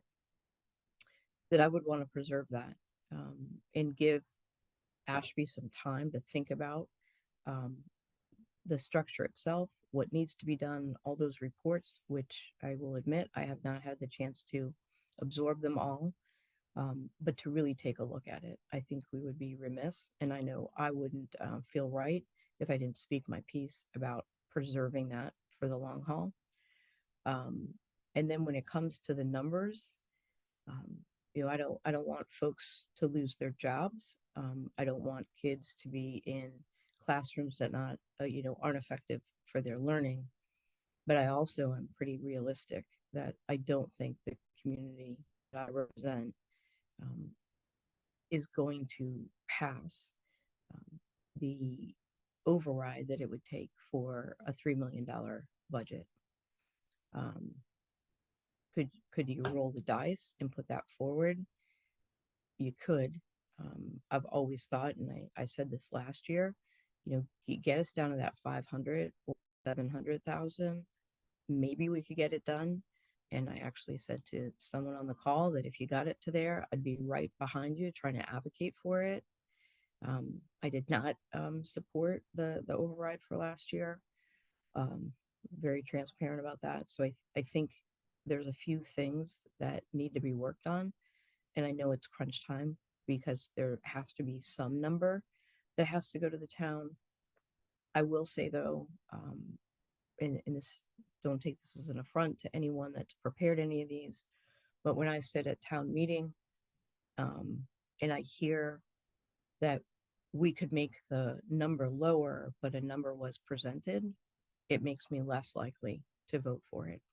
I think going with the most solid numbers and the most information and having it be rock solid information backwards and forwards, that if transportation comes up, that someone has the figure, put it on the bus company. They can get you the figure, whether it's a 90,000 delta or a 40,000 delta, whatever it is, we need to know that number.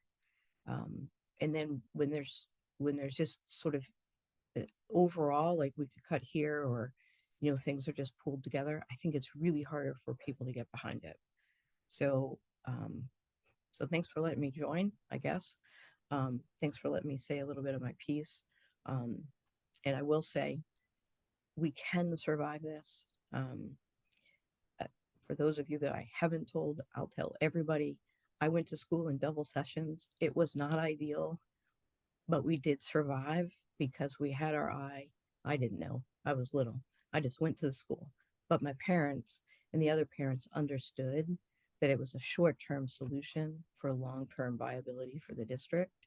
So this is not ideal, but I do think that we can get through it if we can really think of what the plan would look like. Thank you, Kim. Appreciate it. Just quickly from my point of view here, and appreciate all the time that the administration has done putting these together. Coming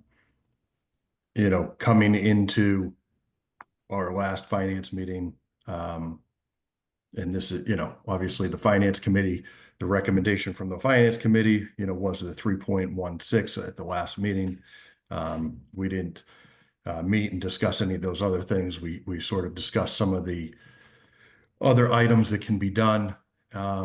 So just give you my piece before we go to the next stage of this is, I'm willing to support, and I think we should strongly consider the 2.55 budget, because even though, I would rather us get 5.48, I think we have a better shot of that getting passed through the towns at 2.55.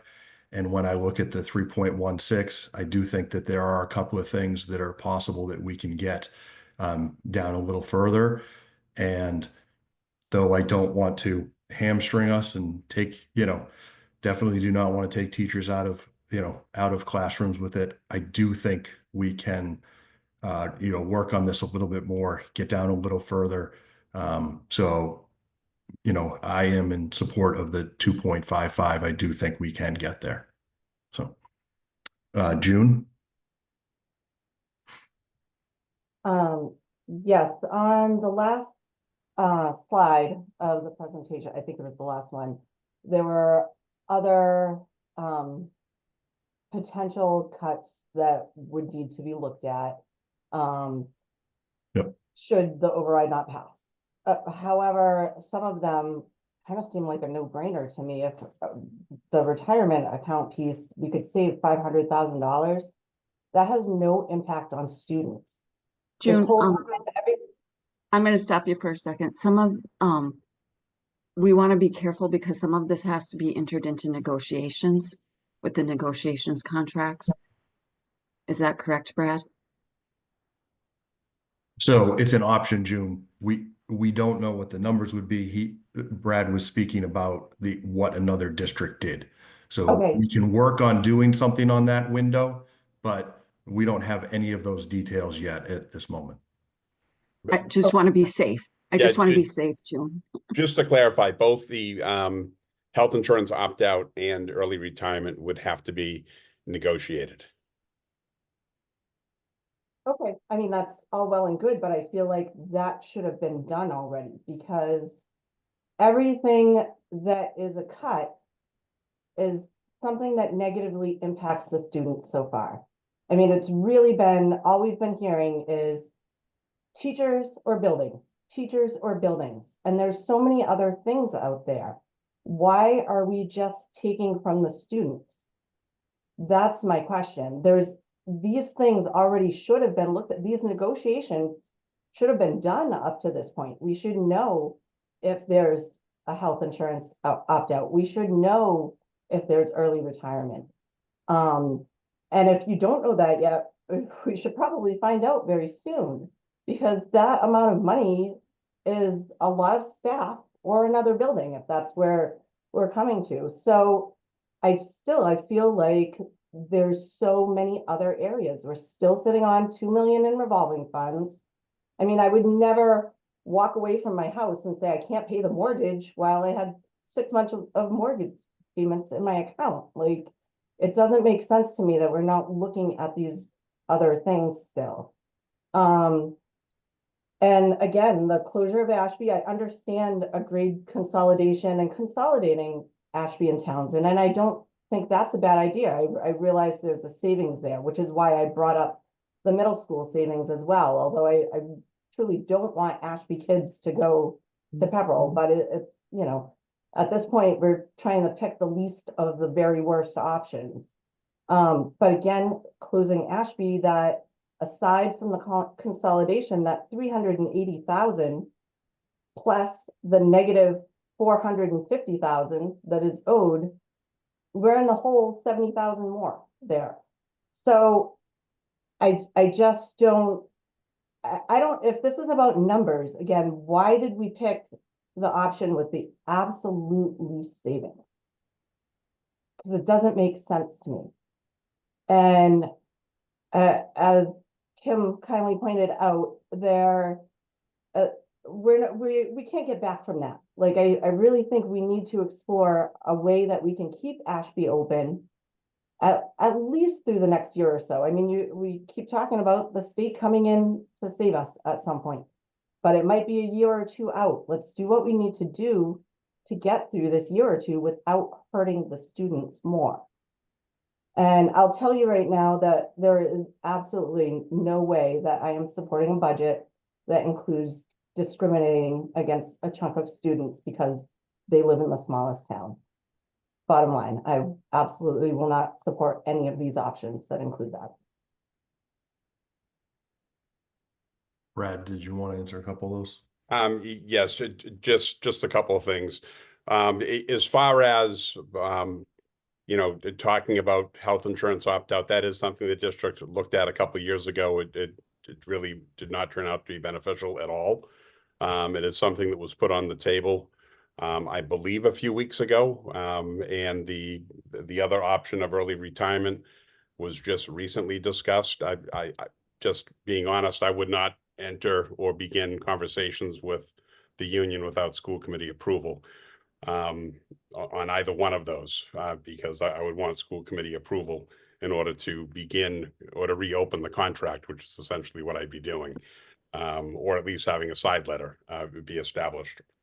And I did just want to clarify, again, I'm not in favor of closing any building, whether it's Ashby, whether it's Squanicook, whether it's Spalding.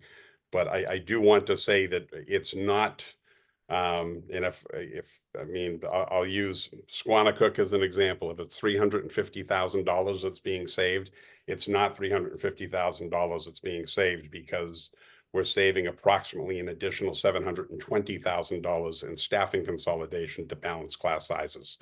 So a building closure is really, if you're looking at it, around a $1.1 million savings, because you're not just closing the building, you're also consolidating consolidating staff by balancing class sizes.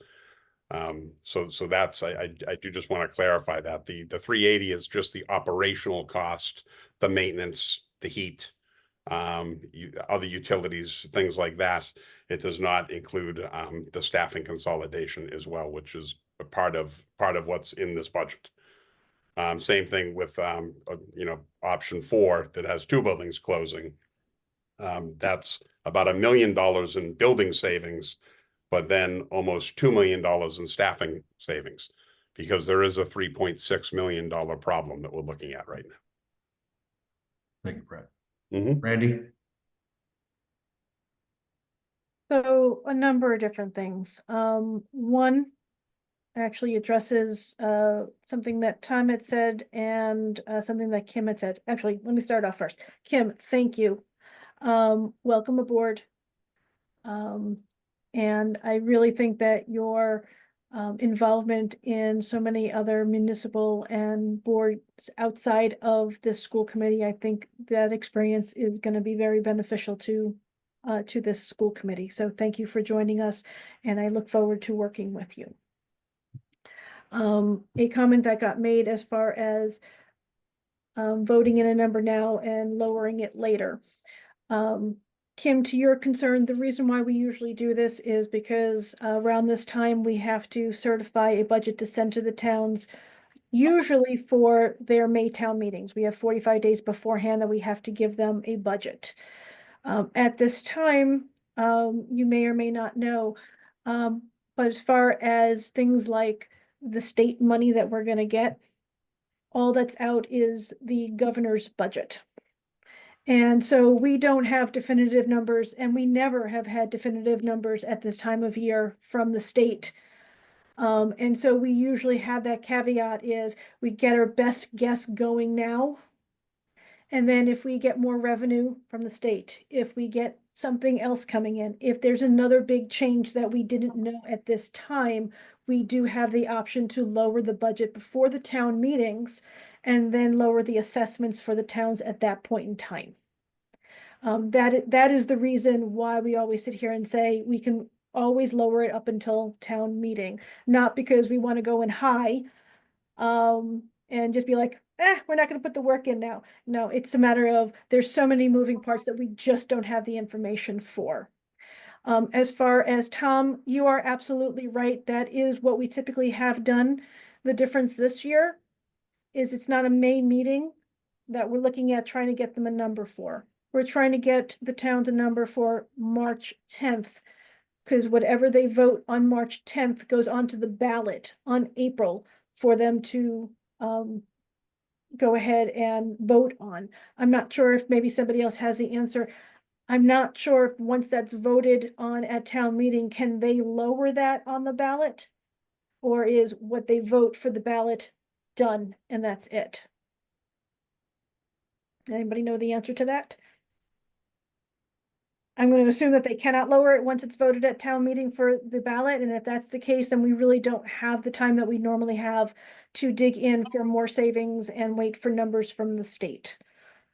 So what we vote now really does have much larger consequences than what we typically do at this time of the year, simply because the number we give the towns now will determine, whether we get extra money from them or not. If we have a number that the towns will not, if we want to put in $3 million to the towns, and the towns are like, absolutely not, then we don't have $3 million. We can go through the process again at the May meetings, but I don't think that's something that we're in a position to do. If we decide now that, $2.1 million is the right number to send to them, is it, $1.5 million to send to them? Is it $1 million to send to the towns for an override for our budget? It is definitely much more consequential, because obviously the lower the number, the higher the chance that we have that we can get the support from the communities to give us that extra money to keep so much of this valuable stuff in the budget.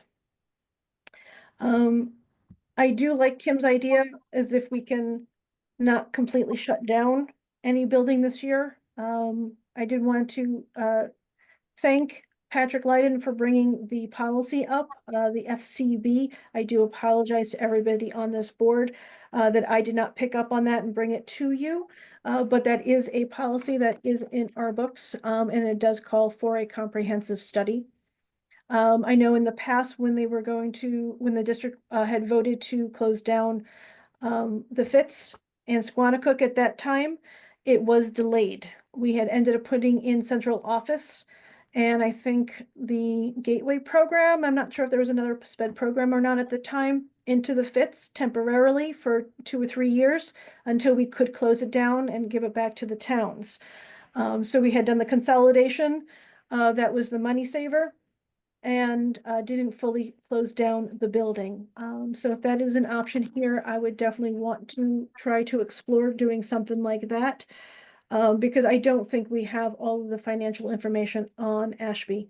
I do support the consolidation that's being considered as far as bringing Townsend and Ashby together in the kindergarten or earlier. I think it has a lot of educational benefits that I would definitely be in favor of. How that structure works best for both towns, I think, is yet to be discovered and decided. And but I am definitely in favor of the educational benefits, which we are not talking near enough about. So if it is an option at this point in time that we can, keep Ashby open and maybe do a trial consolidation and see how things are going and get more information on Ashby, I think that might be well worth it, especially for the trust not to put, decisions off some more. But there's a lot of information that we just don't have. The additional ideas, I agree with June, that we need to explore these. If you need a vote from us tonight, Brad, to start talking to the unions for some of these options that could possibly benefit us financially, not harm the education of the students, and be something voluntary that the teachers are willing to do, so it's not something that we're forcing a change for them. I would be all for that and going for that and using those savings in our budget to try and save more positions in this district. During COVID, we had an awful lot of slide in education. We're still recovering from some of that. We know that supports for the general education students, when they are removed or they are weak because of COVID and being at home, and not to the district's fault for that, but we know when they are weak, we have more children who wind up with IEPs and 504s and needing extra supports, which costs the district more. If we are going this route, it's going to be an awful spiral if all we do is look at taking teachers away. I think administration is extremely important. I know there's a lot of people out there who talk about administration as being top heavy and we don't need and just put everything down to the teachers. I don't believe that. I believe there is a very important relationship between administration and the teachers. And it needs to be a balanced relationship. Right now in the district, we have made a lot of gains. We have a lot of things that we're looking at in administration, whether it be through someone's partial job, someone's full job, things like data analysis. That kind of stuff is wonderful, and it's helping us to refine our curriculum and refine the education process for our students. If we are taking a step back and making these teachers' jobs more difficult by putting more students in their classes, that refinement is not doing anything right now. I have a problem with this budget only looking at the general education teachers and supports, because when those go, there's counterparts in the administration that needs to be taken a look at and pulled back, because they're just not going to be effective when we're trying to have a greater need in the basics of teaching. We don't need the refinement of curriculum at that point in time. Bring them back when we get settled back again with the teachers and the students.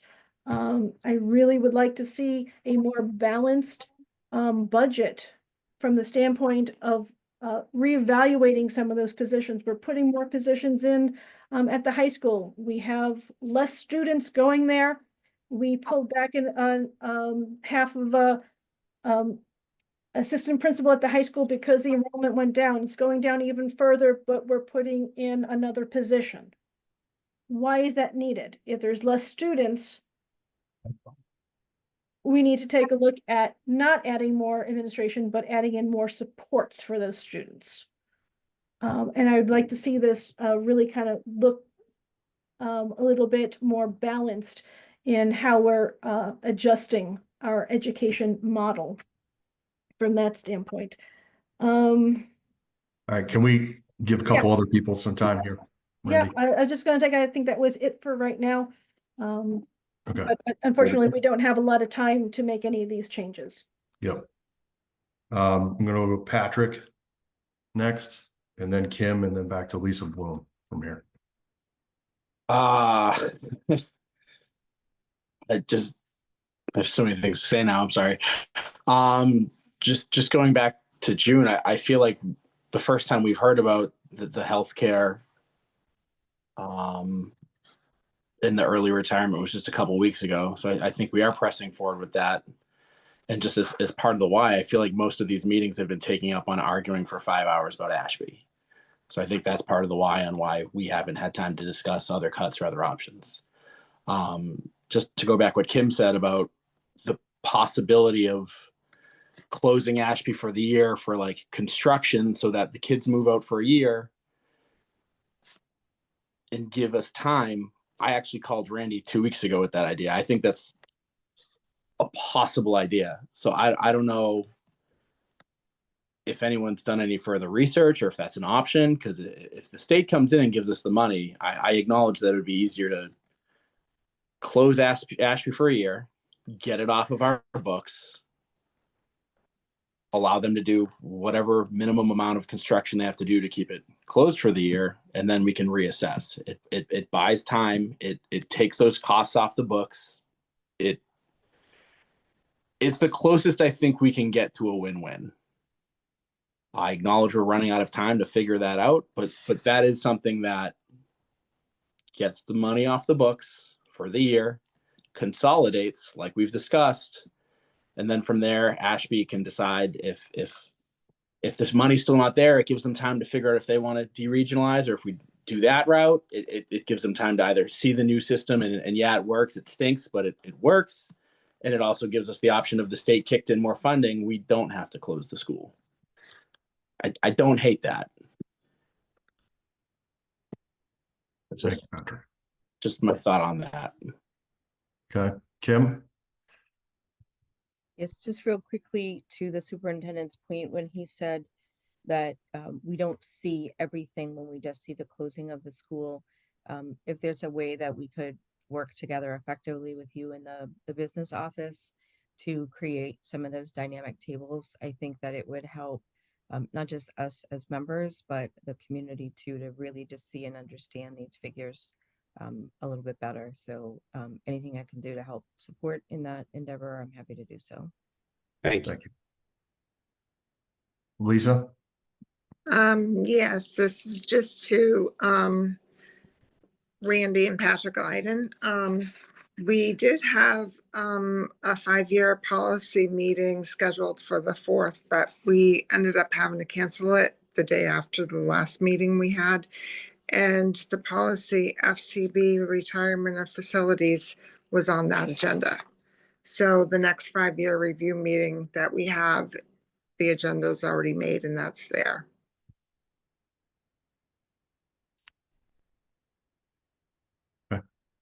Okay, thank you.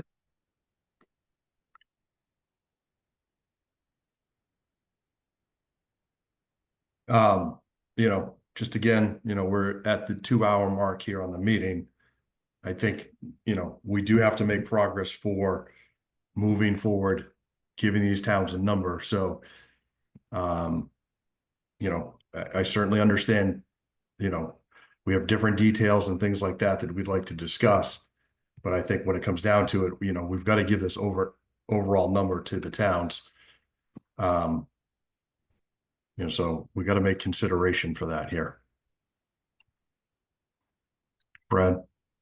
Would there be a situation where the committee would consider a 2.55 budget, the closure of Ashby Elementary for the 2025-26 year, with the model that was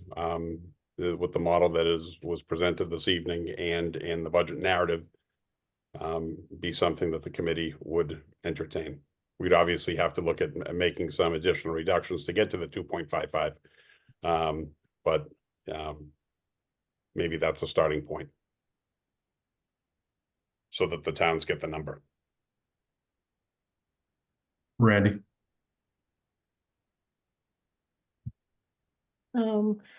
Patrick, yes, thank you. I do appreciate that, when you had called me with that idea.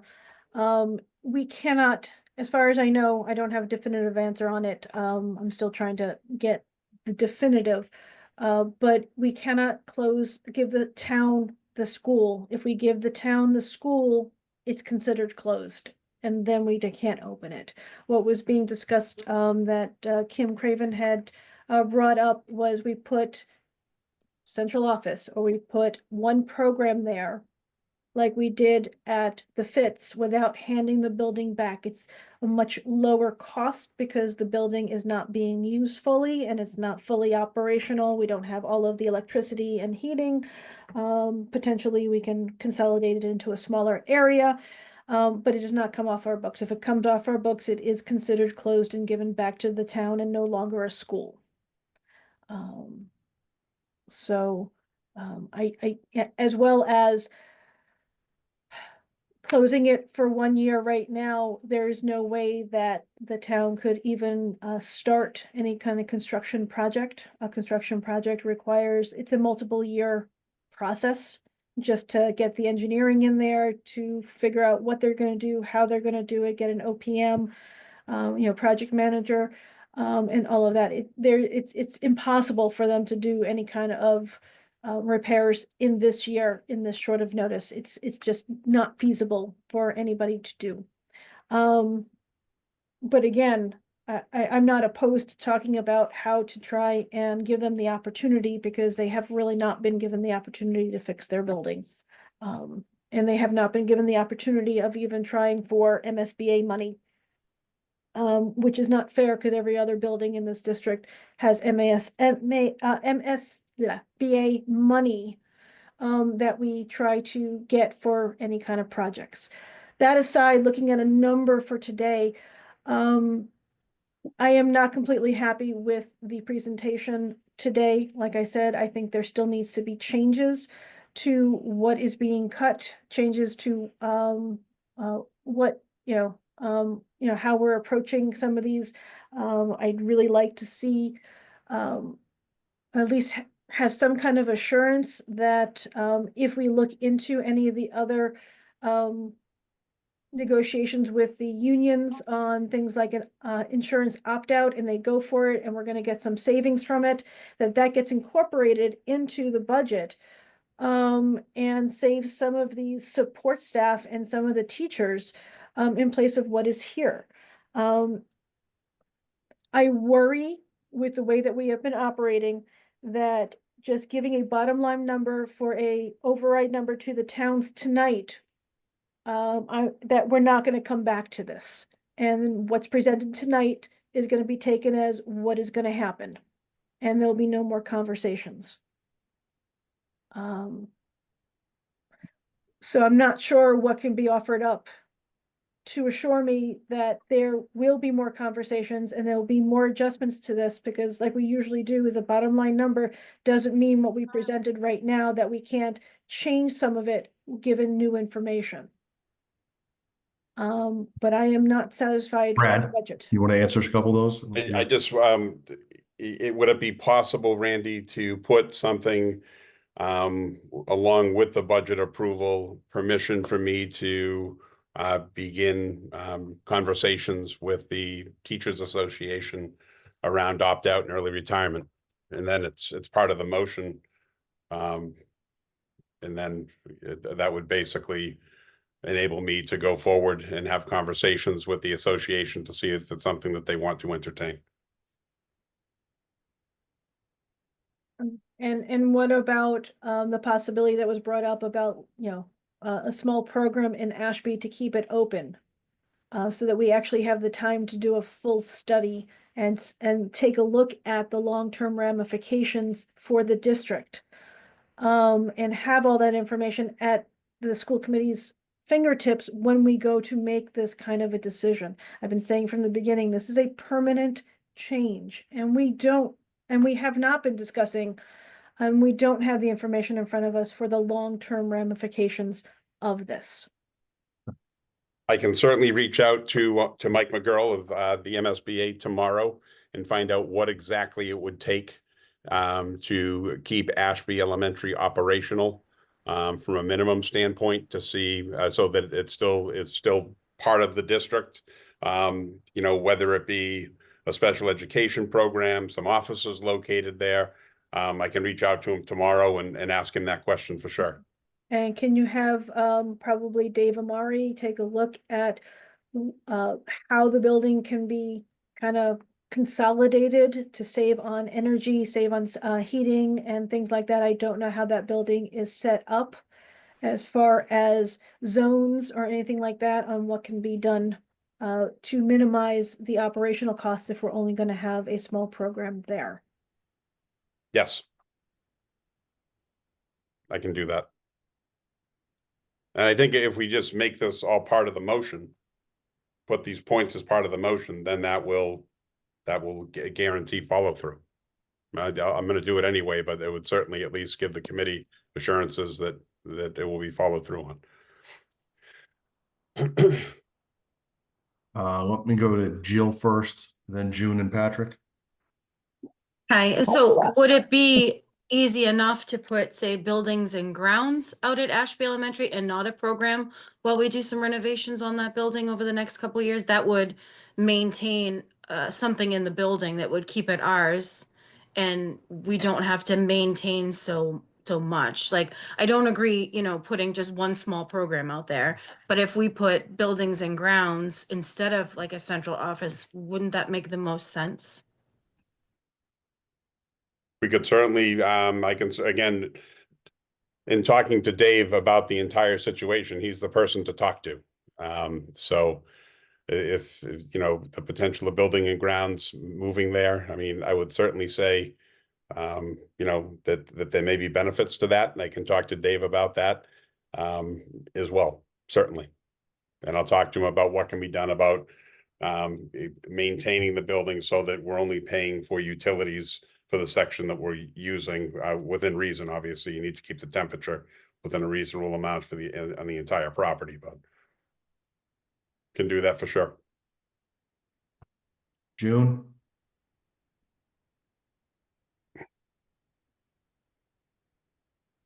I think we should take the negotiations motion separate, because it is kind of a separate topic per se. I like the idea of trying to retain Ashby as a school, of course. I would prefer students there, but if there is something that we can do temporarily to ensure students can be there in the future, I am all for that. That being said, I think we also need to take into account town leadership position on this. I'm confident that they would feel the same way as far as retaining it, but I do think it's something that needs to be brought up to them because it was leased as a school previously. I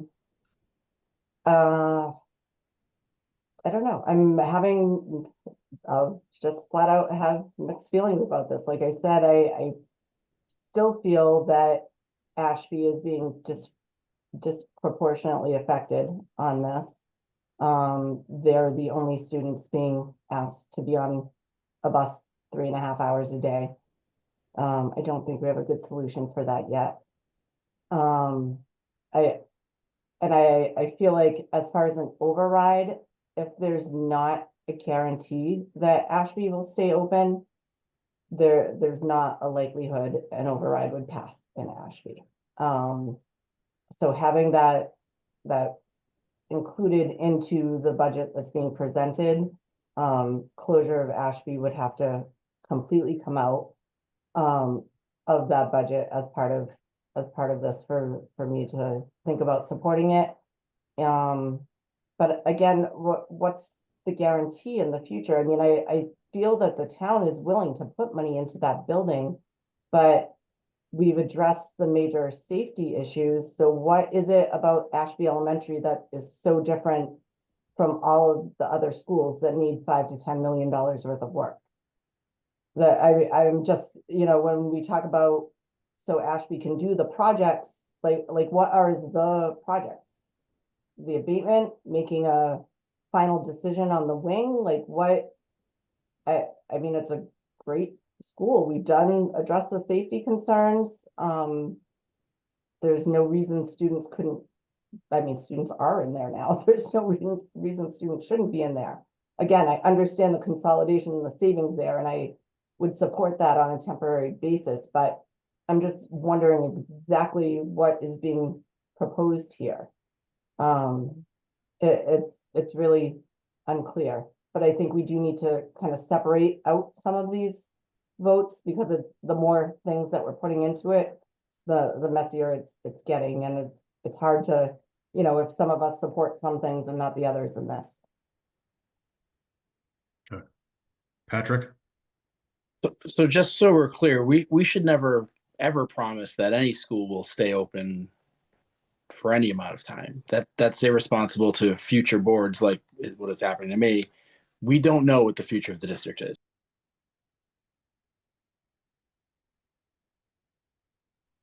You went on mute, Patrick. Patrick, you went on mute. Absolutely.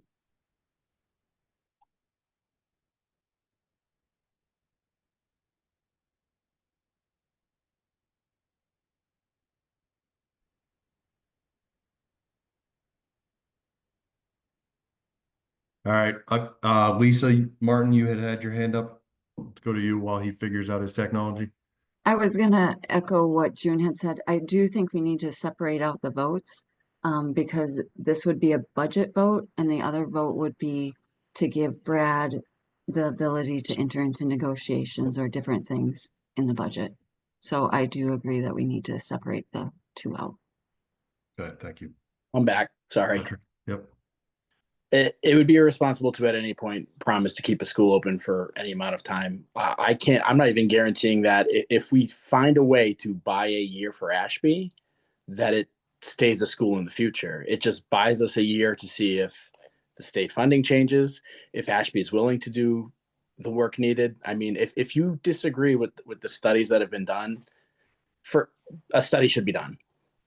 If there's that much dispute between the studies that I've read, we need a study then, because it's a third party study. There's no bias. That's not how third party studies work. Their numbers are their numbers. If their numbers are wrong, they could be held liable for those numbers. Like they could be at fault if they miss things. So if you disagree with their reports, we need another one. I don't know what else to do outside of, like every other school, Ashby needs work, but I think Ashby needs the most work with the least amount of students in it. There's a lot of logical reasons why we selected Ashby, and it's not because I hate Ashby. There are a lot of reasons that make a lot of sense. Do I want to close the school? No. I hope this works. My thought process behind getting it off the books for a year was to save the money we need. Do I support it if it means cutting more teachers? I'm not sure. I need to know the numbers, but it was just an idea. It's something there. I know we're getting close to budget time, but it's a possibility. And if the numbers work, and I keep hearing Ashby never had a chance, this would buy you a year. This would get you that chance. Find the money, figure out what the building needs. If you still disagree and we think it's in the best interest of the district, deregionalize, like there's options. This will buy you that time. So at no point is it a promise to keep the school open forever. It's just, it buys a year to figure out if the state fixes the issues, or if Ashby wants to step up and do the study and save their school. Like, it's options. Go to Tom next, and then Kim.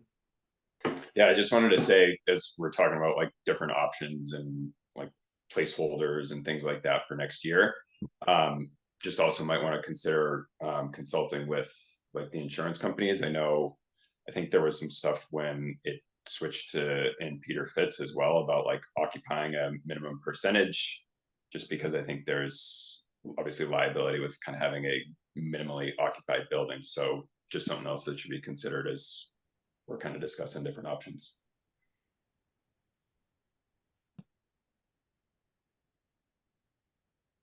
Thank you, Tom. Kim? So just to reiterate, it's imperative that each motion be on its own and not to be commingled. There's too much room for error, terminal commas misplaced, that can change sentences. So glad we're in agreement there. And I just think that leaving it an open door and very general is the most important thing on the buildings. And I know prior to me coming on, you've had multiple votes that we don't need to retrace, but to just have that opportunity. So I don't know the right structure of a current vote and how that would, bear on to your previous votes. And I don't know if you have legal counsel or who would weigh in on that for the correct procedure to have that motion made. Or if we just wing it. I do know that, in our discussions in the finance meeting on the health insurance opt-out, it would be something that we would offer potentially for the next fiscal year, obviously starting July 1st. Teachers, again, if this was an option, they would make an election around June 1st, which, doesn't really help us through this budget cycle unless we're just going to make, a guess on what people would do, which I'm not sure is responsible for us to do on the health insurance piece of it. So at this point, yes, maybe it's a good thing, could certainly help us, could help us in the budget cycle. I don't think we can properly budget for that at this point. Even if we, give the superintendent direction on that side of it, which I think is prudent for us to do, to certainly to look at these options. I just don't know that it's prudent for us to include any potential, savings in this budget cycle.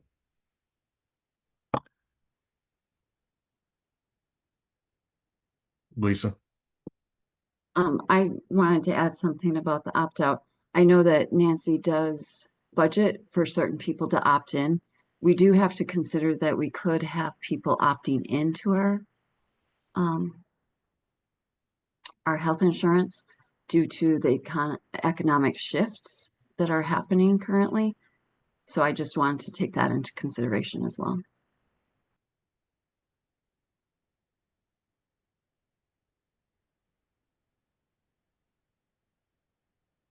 Randy? If we had a survey that went out and we have an absolute conservative minimum that we can take 40% of the people who said that they'd be interested, I don't see why we can't put in some amount in this. Otherwise, why are we doing this? It's just going to go into our E&D. Which we're using all up for this budget, makes it available for next year. We need to solve the E&D problem because we keep putting in E&D and we get to the point where we're over the 5% that we can keep, and then we have to give some back, and then it's a never-ending cycle. Agreed. That's part of the reason we have this big delta from last year, is our E&D was much bigger last year than it is this year. It was $800,000, right on the E&D side of it, had we done, just by the E&D change. It's part of that $3.5 million difference.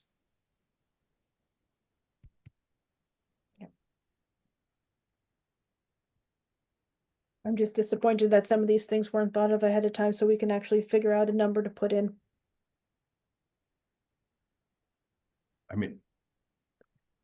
Brad, extracurricular fundraiser. How did that go this year? We never heard anything about that. We voted on doing fees to try and reduce the cost for the budget. We put in, reductions in the budget based on that, and then we went and didn't do the fees and we did a fundraiser. How did we do on the fundraiser?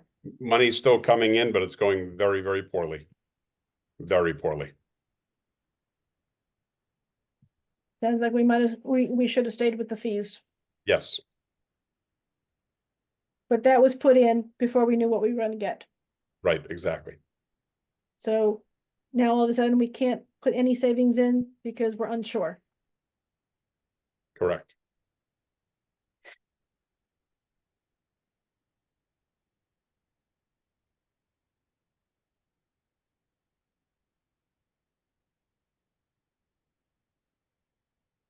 So we need to talk numbers. Everyone keeps kind of dancing around what numbers do we think the towns are going to pass or have the best chance of passing. I, for one, don't think that they will pass $2.1 million. I am unsure about 1.6 million or whatever the 2.55 sends over to them. Nancy, do you have the breakdown for what the towns would be at 2.55? Be around 1.7 district-wide. How much was our override last year that we tried for?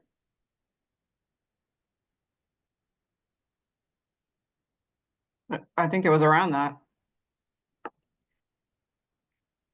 believe it was, Around two. I think it was Two. 1.5, but Yeah.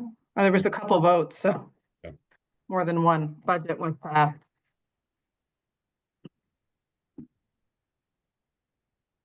I will say that if you're voting the top number right now, or what you think can pass in an override, that the actual line item detail can change. It's not required that it stay exactly. In fact, when we have the final settled teachers for next year, we have to move things around anyway. But we do need to know bigger things like we have to have the utilities for a building in there. And with the 255 budget, there's not a lot of room to then pick up all that, what we might need for keeping that open. So it's just, it puts it in a challenging situation to back down. Plus, I guess if there's any changes in where the students will be, obviously that affects what we've estimated for staffing. So I think a little bit of wiggle room is fine. If we have an opt-out and we have a savings, great, we can save a position, 2 positions, whatever it turns out to be after negotiations. But not planning for a building to be open or closed is kind of a big. I probably would almost want to rather rerun those numbers depending on what the committee wants to do. Just to make sure we can fit in 255 as we're presenting it. I mean, we would have a pretty good idea on the opt-out because open enrollment will begin in the next. Not if you're negotiating that. Well, I mean, it depends on how quickly the negotiations go, I guess. True. June. How far in advance of the town meetings do we have to have this number by? I realize it's like 10 days away for 12 days away or whatever from now, but can we have another meeting next week and have some more information by then? I don't believe so. Does anybody know when the towns need the number by? I believe the think that- towns that can change them on the floor. We've Yeah, done that before. they have to with put a the- number in. They had to put a number in, but they can be changed right up until is voted on the floor. And I It believe can be amended. Yeah, it could be amended down. I believe it's not ideal to have it be amended up on town meeting floor. I believe what was what they're going on is the public hearing numbers, which are the 316. So I believe Pepperell may have already closed their warrant. They may have the option of being able to change the number at some point, but a lot of these they've got to go to print fairly soon here for the 10th. I did. So in Pepperell, the article can be changed because I asked the question, but it has been approved by the selectmen. It'd have to be changed at the town floor. And I did see the Ashby one posted with a number already, so they're not necessarily dependent on us voting right now. They just need a number before the meeting, essentially, to have something accurate to vote on. Right. I didn't hear all that. Can you say that again? I did see Ashby already posted the meeting. There's a number in there as well. So the towns already have a number that they used as a baseline to get these posted. And if it's amended on the floor, we essentially have up until that meeting date to finalize this. But they're using the 316 number. Right, so we just want to make sure we get them a number before the meeting. Yes. Okay, thanks. But it would be, I think it'd be wise to give them our ceiling to where we want to start it at. If it's the 316 number, that would be the ceiling for the budget. We don't necessarily know how far down we're going. And like Nancy pointed out, even with the FTEs that we believe are there and doing some of the options that Brad put on the last slide, we can capture maybe some of those FTEs back. So I think that's important. Or with different fees that we increase, we can capture some of the FTEs back if we have to.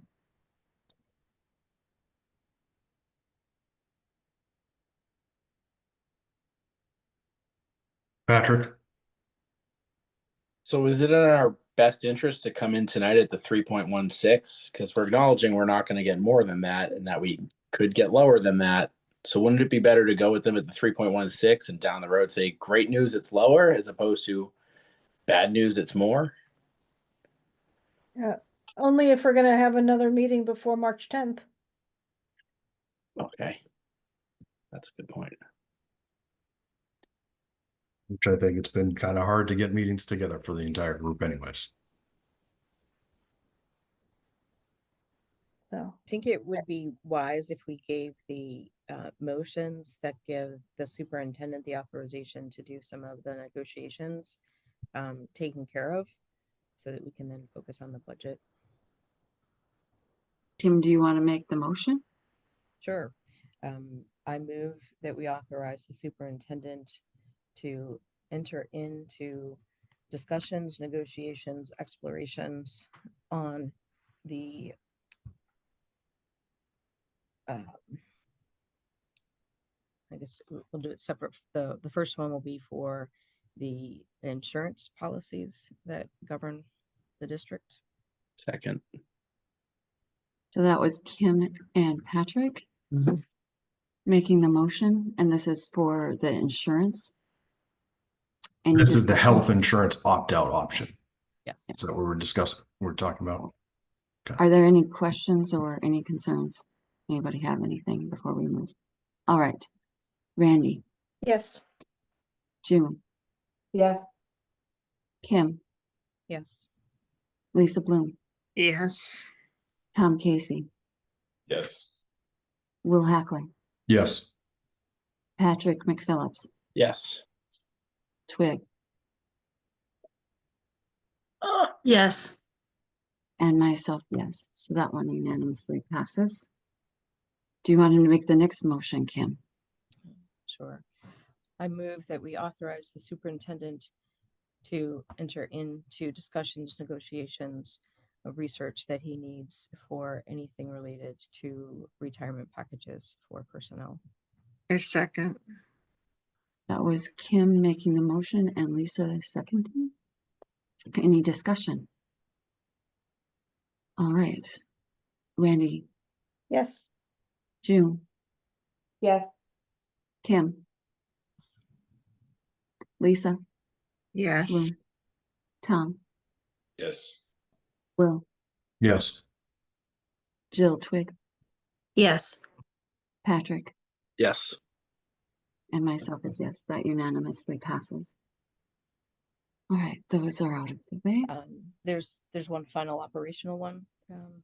Madam Chair, Kim? and that's on the buildings, that I would move to authorize the superintendent to conduct any research and calls that are needed to determine what constitutes use by the school district for any of the facilities to keep them operational. Second. All right, so that was Kim and Lisa seconding. Randy, Yes. June, Yes. Kim, Yes. Lisa, Yes. Casey, Yes. Will Hackler, Yes. Jill, Yes. Patrick, Yes. and myself, yes. All right, anything further with that? All right, let's move to the budget.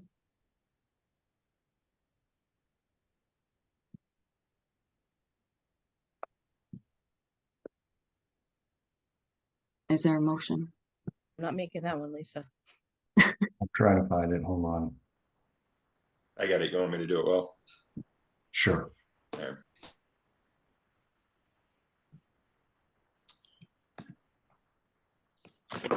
All right, I move that the school committee adopt the following budgets for fiscal year 2026. One, operational budget, $59,526,446. Two, transportation budget, $5,029,162. Three, debt service, $3,615,892. Furthermore, I propose that these budgets be utilized to calculate the fiscal year 2026 school assessments for member towns in accordance with statutory requirements. Additionally, I recommend the authorization of the use of $1,872,266 from the excess and deficiency account to offset the fiscal year 2026 operational budget. This motion is made with the understanding that these budget allocations are in the best interest of our schools and the communities we serve, aiming to provide quality education while being fiscally responsible. I seek a second to this motion for further discussion in a subsequent vote. Second. Okay, that was Tom Casey and Will Hackler. Nancy, I want to confirm that he got the numbers correct in there. And this is the 3.16, correct? Yes, it was. I'm not a math guy, but I think I did him right. Okay. There is a typo on the E&D 266 versus 226 on the motion that's in the packet. If we could just amend the E&D is $1,872,226. $40 difference. Yeah, I think I got the $40 in my pocket. there you go. Right. Does somebody want to make the amendment? I second the amendment. Yeah. As You want to read it all over again? You just messing with me? Well, I can go again. I don't think you have to. You don't have to. It's really a typo in that, yeah. Everything else is the same. all right. Discussion.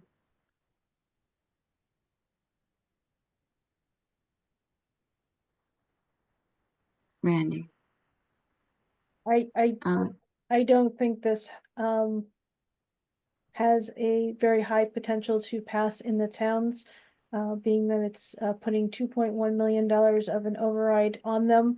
And I think this is going to be a very high potential that we need to do extreme cuts by not getting any help from the towns. I am not in favor of this.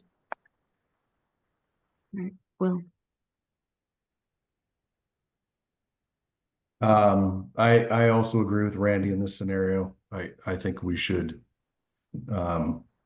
take this step and go a little further. The other $400,000 difference, I believe the number is. I am a math guy, but I'm not looking at both of them at the same time, Tom. So I I'm more in favor of the 255 budget than this one. All right. Patrick,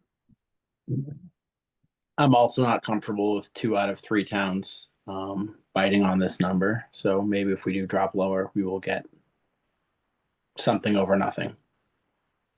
all right. Randy. No.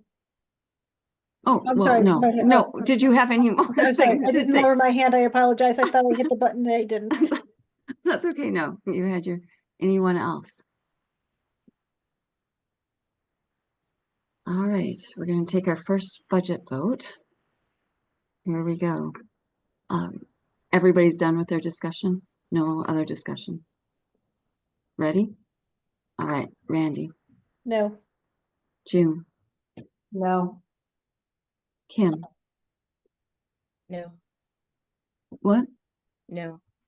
Okay, Lisa, No. Tom, Casey, No. Will Hackler, No. Patrick, No. Jill Twig, No. and myself is a no. All right, budget round 1 has failed. Chair, I move the school committee adopt the following budget for fiscal year 2026. Operational budget $59,126,446. Transportation budget $5,029,162. Debt service at $3,615,892. Furthermore, I propose these budgets be utilized to calculate the fiscal year 2026 school assessments for member towns in accordance with statutory requirements. Additionally, I recommend the authorization and use of $1,872,226 from the excess and deficiency account to offset the fiscal year 2026 operational budget. This motion is made with the understanding these budget allocations are in the best interest of our schools and the communities we serve, aiming to provide quality education while being fiscally responsible. I seek a second for this motion. A second. Okay, that was Will Hackler and Patrick McPhillips seconding. All right, any discussion? Just if I could speak quick, sorry, I don't see any hands up yet. Patrick, go ahead. Just based on what we just said, I don't think that this is in the best interest of the schools but it's our only option. I think we're in such dire financial straits, and at a state level, we have been failed. That's all I had. Sorry. All right, anyone else?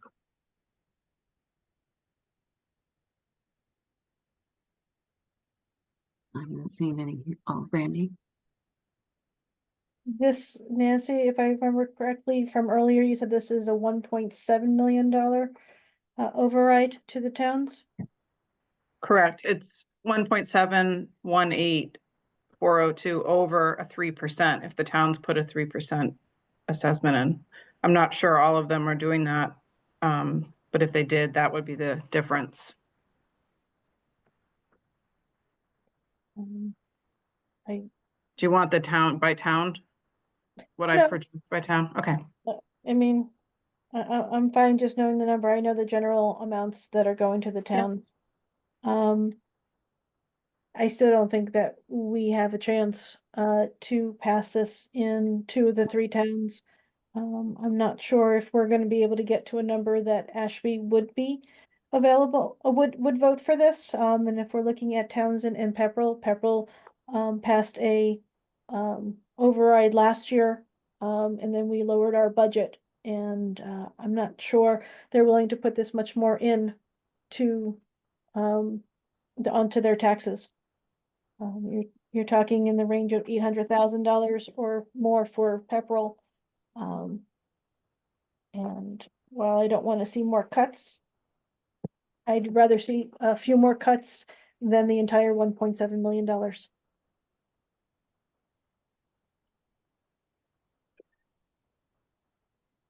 Anyone else? That is at the towns at their 3%. I do think that they have wiggle room there prior to the override to come up and meet us at a healthier number. I don't think their 3% was ever a possibility for us. And I think they're aware of that. So I'm not sure about Townsend or Ashby, but I do think Pepperell was willing to work with the 3.16%. So I'm not sure if there's more wiggle room. I do think Pepperell could show up and vote yes for this. I could be wrong. Do we have confirmation from the administrations in any of the towns that they can do more than the 3%? And Nancy, you're muted. No, I haven't spoken to anyone directly about that. So last we heard from the town administrators, it's 3%, and that's what we have to vote on here, assuming it's 3%. If they can do more, they need to tell us. I don't think, I'm not sure there's anything for us. I mean, if it truly is 3%, then that would be a 0 for us. Right, but if I understood what Patrick was trying to say is he thinks that at least Pepperell can put in more than the 3%, which would lower the amount that they need for the override. And I says if we don't have confirmation that they can do more than the 3%, then I'm gonna base my assumptions on for the override based on them only putting 3% in. Then that goes to 0, right? Mm-hmm. No, We have to vote. so if the towns are gonna put 3% in and we vote this 2.55 budget in, then we're sending a $1.7 million override to the towns. Let's just round numbers. Let's say $800,000 is Pepperell's share above the 3% that they can put in. If they decide to put 4% in, then they can take that 800,000 override and only ask for 700,000. So Yes, they because can, right. how theirs is written is they're asking the school district for North Middlesex about 832,000 is how their article is written today. And so by giving them the 2.55, they're going to lower that some. Right. Nancy could probably answer what they would lower it to, because I think Pepperell did throw in a little more than the 3%. Yeah, I would have to see what they're planning, and they may need to vote that. I mean, that's one of the reasons we need this voted tonight, so I can send those assessment letters to them, so the final numbers. There were a few other little changes that affected the assessment numbers, so they need the final numbers to know, and they may have a really good sense of what's in their warrant article at this point. But yeah. It's really the town's decision as to what they put into the override, although we know from the conversations this year that that's in general where they will fall is in that range, 3%. Patrick. So I feel like as a school committee, we're going to hit a certain point with the towns where we just go to 1/12 budget. And if I understand correctly, after roughly 6 months of that, the state will step in and moderate and determine the number. I don't know how they can't at least look at the cuts we've made, look at what we've come in at and side with the towns. And I don't know of the state coming in and necessarily doing anything that's good for anybody. And I wouldn't count that it's going to be in our favor. I have not been able to look up and find a district that went into that position and what the decisions were. Brad, do you know of any time that the state came in and where they typically side? Because it's a big gamble on whether they're going to give us what we need.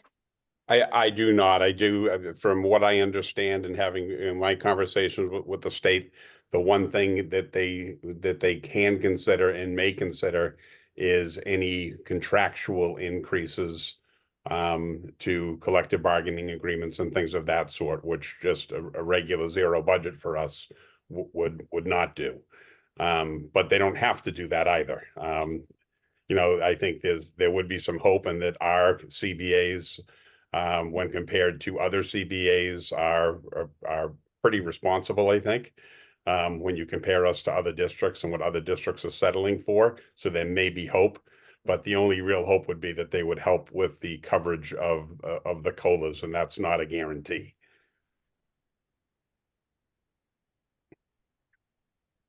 I mean, I guess the question is, I mean, from our perspective, and I know that this is obviously extremely difficult, is that we really do need to get the numbers to the towns so that they have a week to prepare. Is there any recommendation from the committee as to what percentage increase? And obviously it would entail some work on our end that we would share at the next school committee meeting, but we would at least be able to give the towns a number. I mean, are we looking at the potential of a 2% increase? And maybe that is something that is palatable for the towns and an override. And what do those numbers look like? I don't know, Nancy, how quickly you could maybe punch those numbers in and see what the increases would be. I do agree. I think a 255 is going to be a challenge with the towns. I think a 316 was obviously going to be a challenge as well. The towns have said 3% from the get-go, and that really is for us. It amounts to really no increase, as we know. And that no increase does not cover those other contractual obligations next year.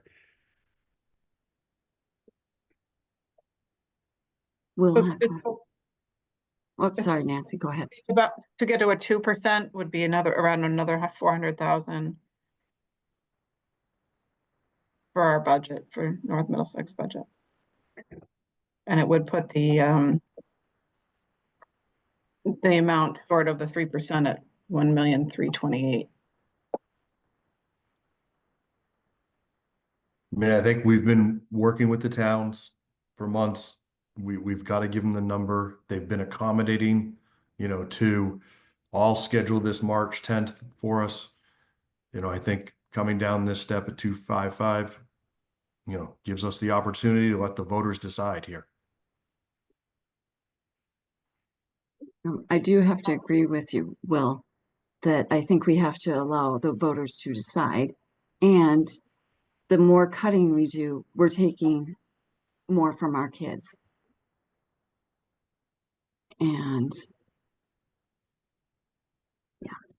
And obviously, I mean, I can't speak for how negotiations will go, but I've had several conversations with union leadership, and they're very much invested in working with us on this budget crisis. They're well aware of it. They're doing things on their end as well. So hopefully, if they're willing to have a sit down and begin some negotiations around those two items, we may be able to come to resolution fairly quickly. Kim? Superintendent Morgan, is there somewhere in the middle of the 255 and the 0? There was lots of slides that you are showing. Is there something that you didn't offer up to us that might be a little bit more of a middle ground that gets us closer to what you've been hearing from the communities, and that is a little bit more palatable from your end, from a management perspective? Honestly, I do think that going down to a 2 is probably as low as we could go, because then we're getting into really difficult. We would get into really difficult class size situations if we dropped below that. And again, right now, as the slides kind of showed, most of or really all with the exception of one of the reductions when it comes to staffing are at the K-8 level, because you have to be very cautious at high school because of the licensure piece and people's specialties, and you only have some people that are able to teach AP classes in certain electives. So it would have a definite impact on students' options upon graduation and potentially getting into a college of their choice if they're college-bound students.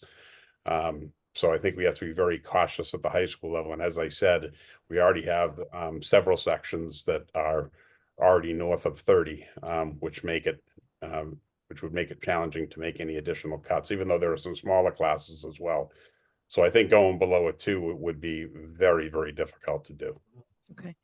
And I hate to put pressure on Nancy live, but is there a way to get what that would look for the community side for us to evaluate? What does that assessment look like for each community?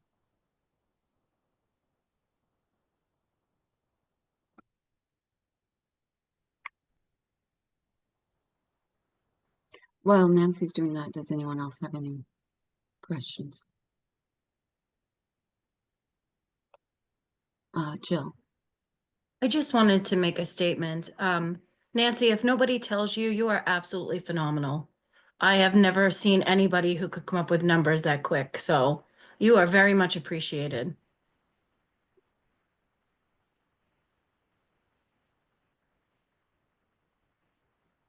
Anyone else?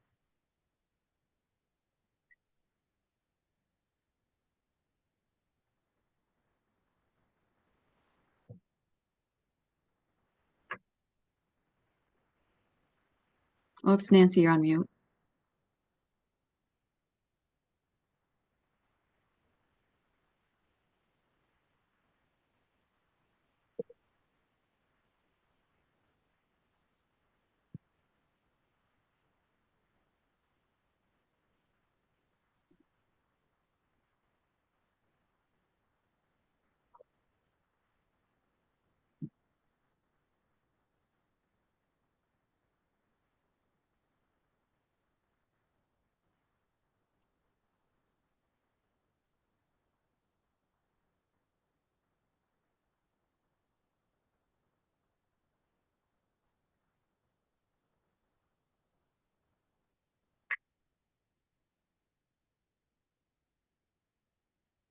Sorry. Boy, my computer is just acting very strange. I think I got disconnected from my connection to the district. Anyway, I can share my screen as probably the easiest. Is that okay? That works. Yep, that works. Thank you.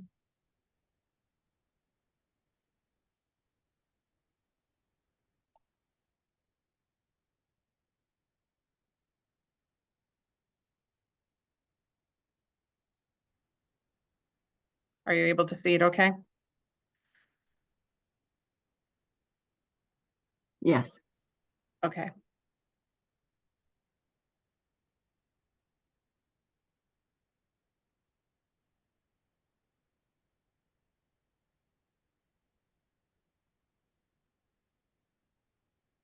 We're just about at a 2% here with this number. It ends up being an average of 6.78% for the towns, 5.9 for Ashby, 6.66 for Pepperell, 7.26 for Townsend. An increase of 1,317,000 over FY25.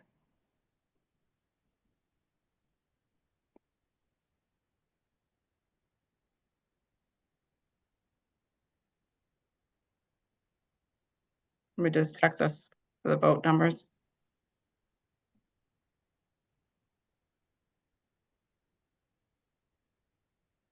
Okay. So the vote would be right here. Nope.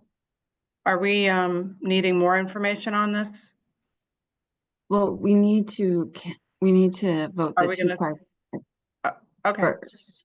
All And right, then I'll we stop would sharing. come back to this. That's okay. Nope. We would come back to this, but Okay. I think people just, Kim just wanted to see the numbers before. I wrote it down if we need it.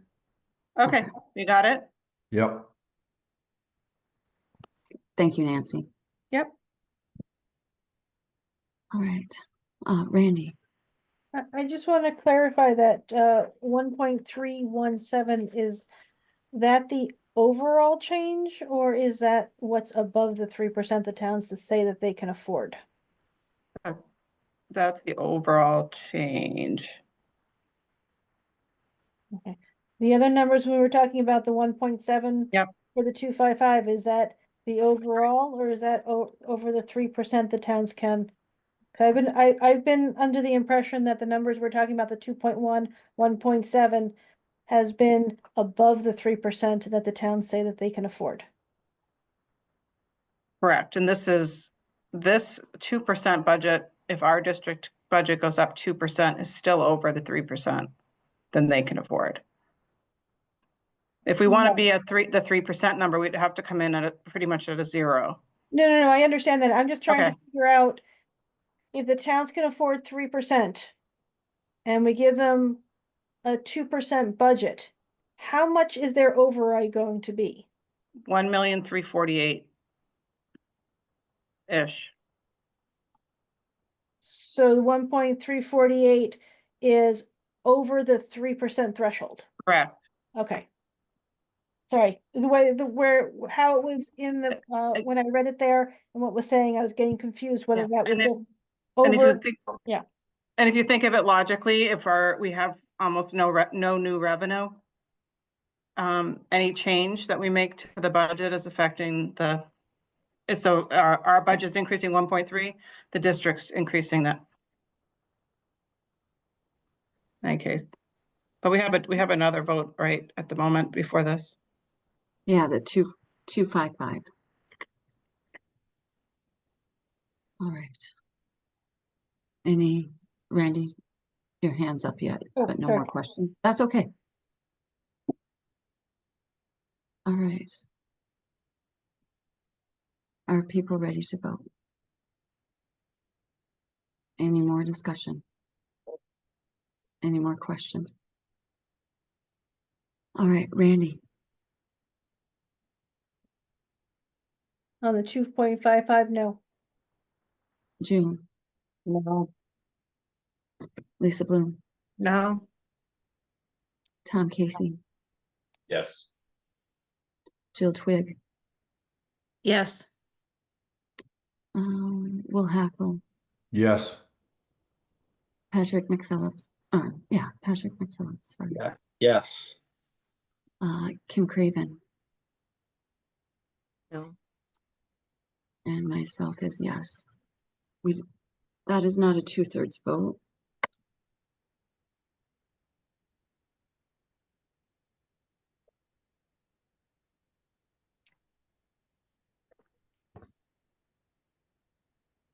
So we'll have to propose another budget. We do have to end the call by 11:59. Madam Chair, can we make the motion that was made before, but substituting the new numbers that Nancy gave us? We Do we can wanna- for that's the 2%. Do we want to try 2.25 first? Oh, sure. I could live with that. If Brad Because can live with that. this- I mean, this started- it's this better start- than his bottom line. This started over 5%, so I mean 2.5 would have been halfway. Yeah, thank you, Patrick, for that suggestion. No worries. It's roughly like $200,000. So Yep. Okay. So Nancy, that puts you on the spot again. Well, All right, Nancy. can we talk to the, So can you we would have some like, comments from the ones who said no? Like, how much further, do we have to go all the way down to 2, or is there a spot in between? June. I'm not comfortable voting on a budget tonight. Again, I'm not gonna vote on a budget that includes closing Ashby Elementary, and I'm not gonna vote on a budget with the information we have. There's still a lot of work to be done, and we're just not there. I think we should have another meeting and not have 10 o'clock, 11 o'clock, midnight meetings, that we should schedule something and talk about this further after we have more information. Patrick McPhillips. So we started at 7. I feel like there's a ask for more information at every meeting. And by voting no, you did vote. Just so we're clear. All right. Anyone else?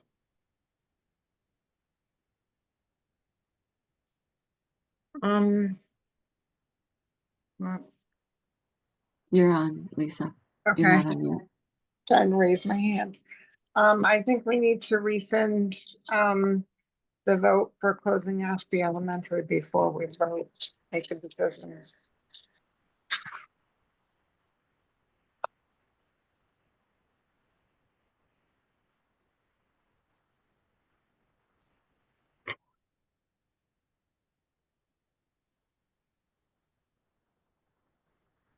Anyone else?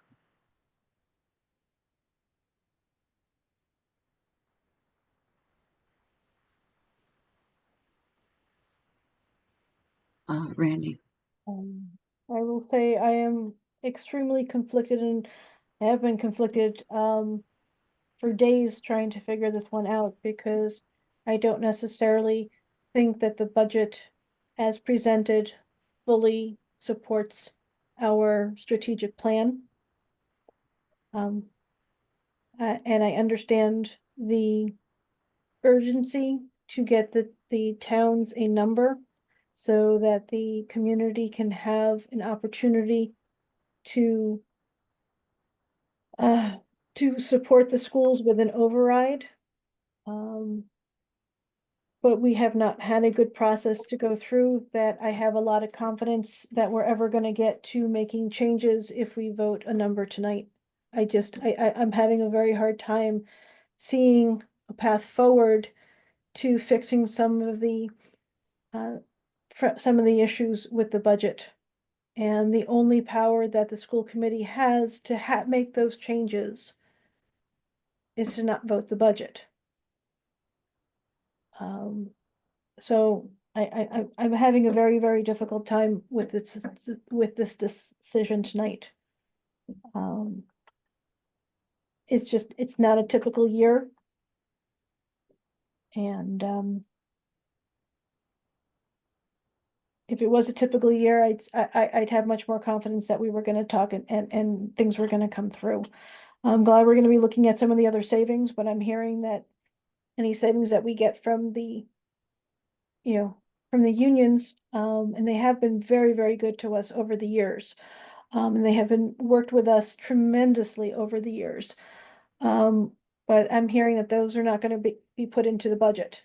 If those aren't gonna be put into the budget, then I'm kind of in the same place here that I really don't agree with some of the decisions that were made, because they just don't support the strategic plan, and what our goals going forward are. I'm open to people talking to me and trying to convince me of this.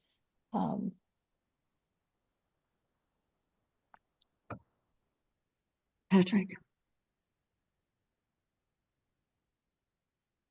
I'm gonna abstain from what I was gonna say because it's not polite. I changed my mind. I'm sorry. That's okay. Anyone else?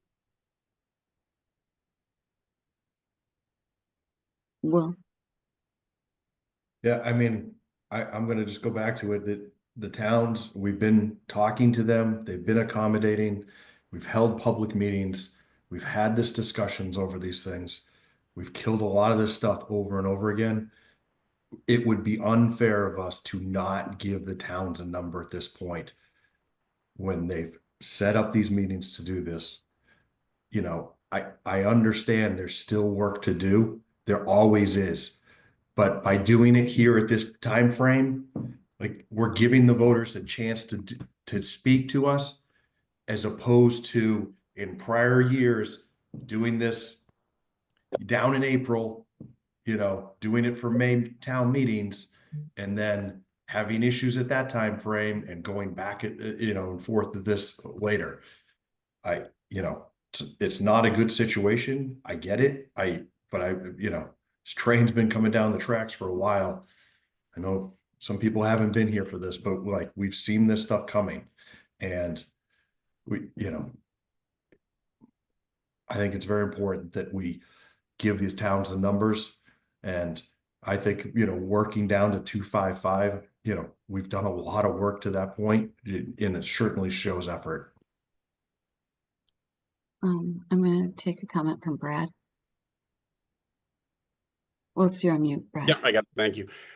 Just wanted to just say, I mean, again, just want to be clear because it seems like a couple times that comments are being made with regard to the work on some level that has been put into the budget this year. And I can say that to say tirelessly, that doesn't even really fit what we've done this year with regard to the budget.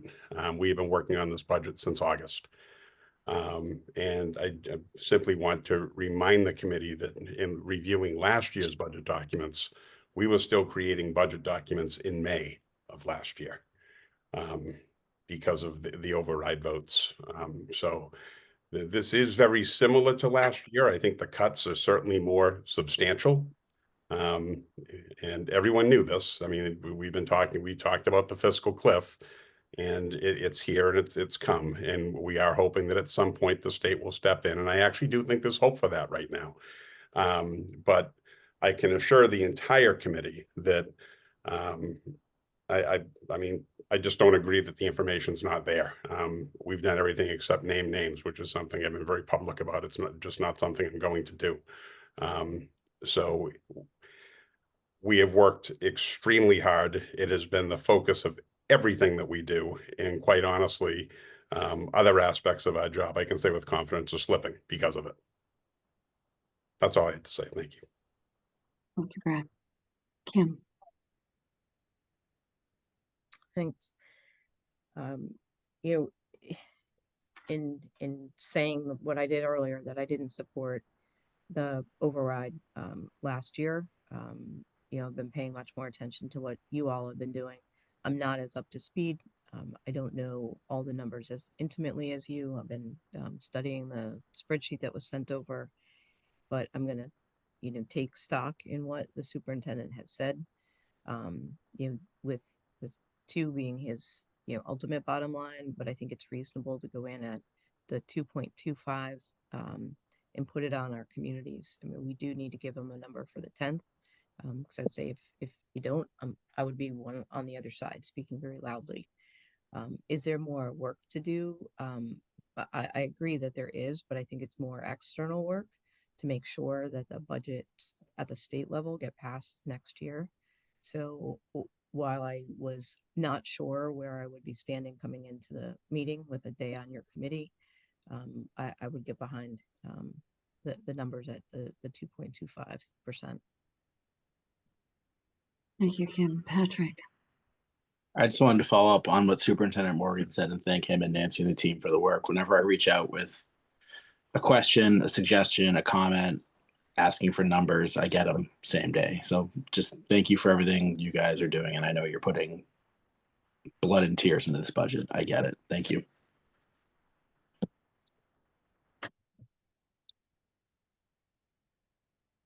Anyone else?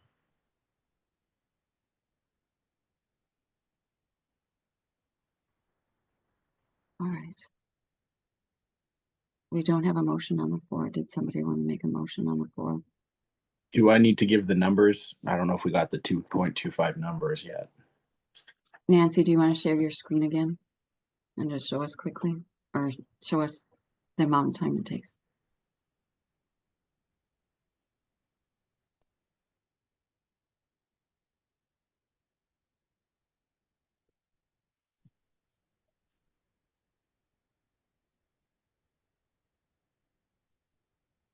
So the highlighted ones, Nancy, or them? Yeah, hold on one All right. second. Just make sure that's what, so that's the 225. Yeah. It's an average of 7.25% for towns. Okay, those are them. Yeah, let me just write them down real quick.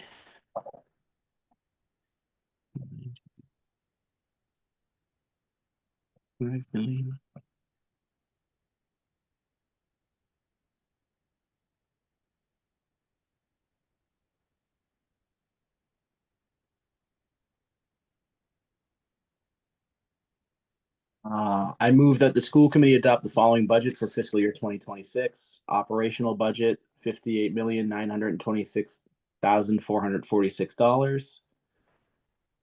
Transportation budget, $5 million. So those are coming in at 255. 029162. Those are coming in at 2.55. Those match what's already on the 2.55 budget. Hold on. Correct, they all do. It's gonna, the change is just in the operating, Patrick. This is another 200,000. Okay, I'm sorry. You see that? So Yeah. the 67, 570. Tracking. Haha. That's okay. Sorry. Furthermore, I propose that Okay, these budgets. Patrick, before you go on, why don't you start all the way over Cool. so that we can do it correctly? Sorry, this is Thank the you. first. This is the first thing I've ever put forward. So, I move that the school committee adopt the following budget for fiscal year 2026. Operational budget $58,926,446. Transportation budget $5,029,162. Debt services $3,615,892. Furthermore, I propose that these budgets be utilized to calculate the fiscal year 2026 school assessment for member towns in accordance with statutory requirements. Additionally, I recommend the authorization of the use of $1,872,226 from the excess and deficiency account to offset the fiscal year 2026 operational budget. This motion is made with the understanding that these budget allocations are in the best interest of the schools and the communities we serve, aiming to provide quality education while being fiscally responsible. I seek a second to this motion for further discussion and a subsequent vote. I second. That is Patrick making the motion and Jill seconding. All right, any discussion? Oh, Randy. I do want to say that there's been a few people that have been thanking the administration, and I definitely want to say that as well. My opposition, my objections, my questions never question the dedication and the work that the administration puts in.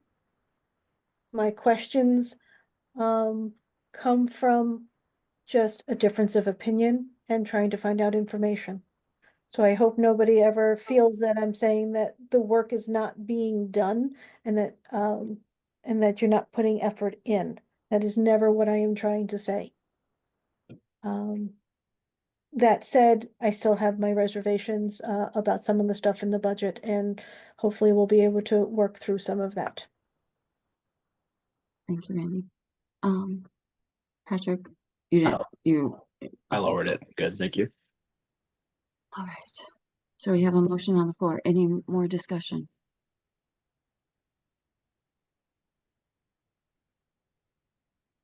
And I am going to say that there is more work to be done on the budget, and I will be sending out a spreadsheet for people to put in their availability of dates and times.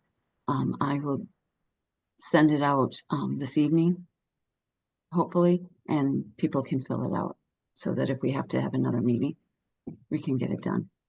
All right. Any more discussion on this before I take the vote? Everyone's good? All right, Randy.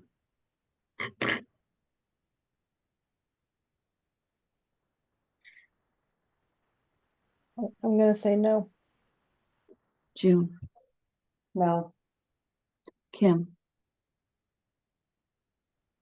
Yes. Lisa Bloom. No.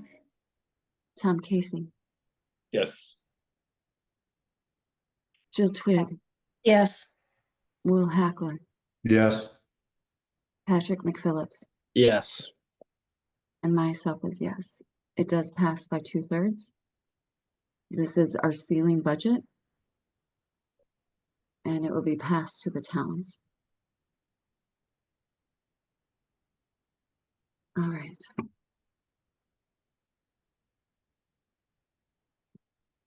Can I make a motion to rescind the vote to close Ashby Elementary?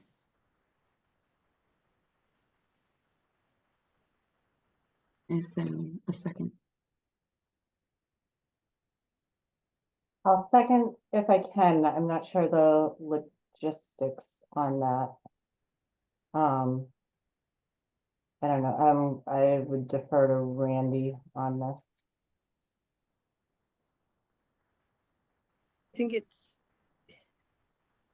I think we don't know yet. So does the vote allowing the superintendent to investigate what keeping a school open looks like kind of override that at this point, puts that stopgap in place?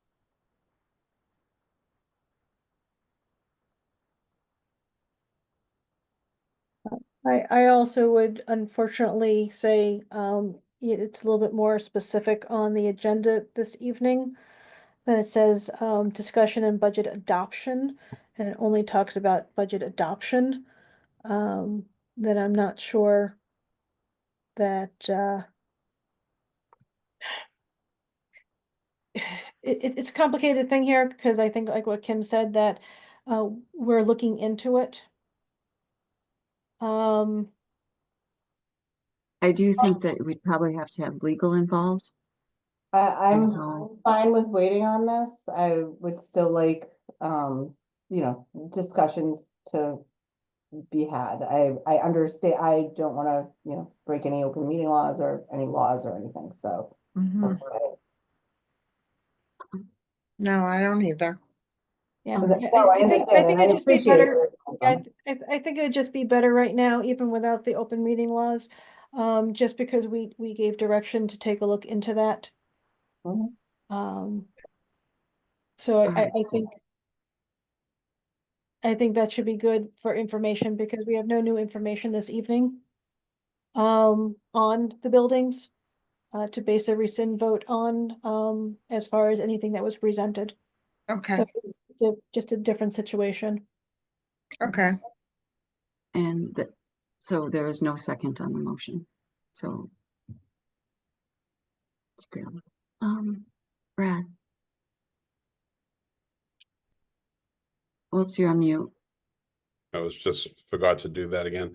I guess I really don't have to say it where it's been rescinded, but in the neighborhood of $1.1 million is baked into this 2.25 budget.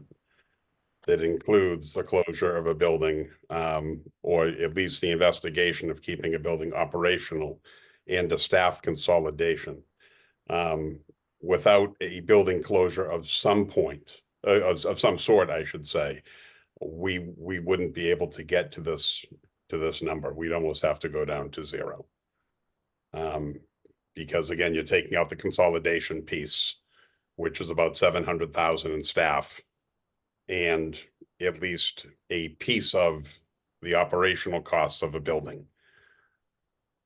So I guess all I'm trying to say is that whether it's Ashby, Squanicook, or Spalding, a building closure would really, or keeping a building at least operational, but having the school configuration change is baked into the 225. That's a part of the 225. So anything, if we were to come back and say we're going to keep all the schools open next year, that 225 is going to look very, very different. Because we would have to, we'd end up with a problem. I guess that's all I'm saying. But the possibility of closing Squanicook versus Ashby.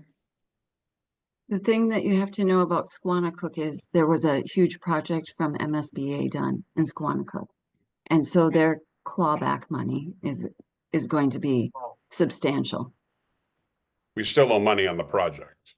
Yeah, There's a debt service on it. yes. Spalding was, as you saw, is a different situation. But again, regardless of whether it's Spalding or Ashby, I'm just saying that a building consolidation of some sort is baked into the 225.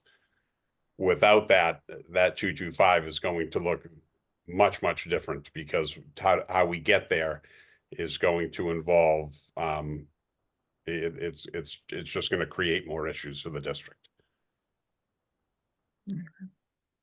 And to be clear, my goal with trying to explore this more is for the long haul, that without a miracle for this year, I don't think that it's possible to keep all the schools open, and what that looks like might be different. But I do think it's important to try to keep that door open for all schools to be viable for the future. And so whatever information is found out, I think will be useful so that there's no paying back of any of the funds for any of the properties and seeing what can be done, because I do think with some creativity,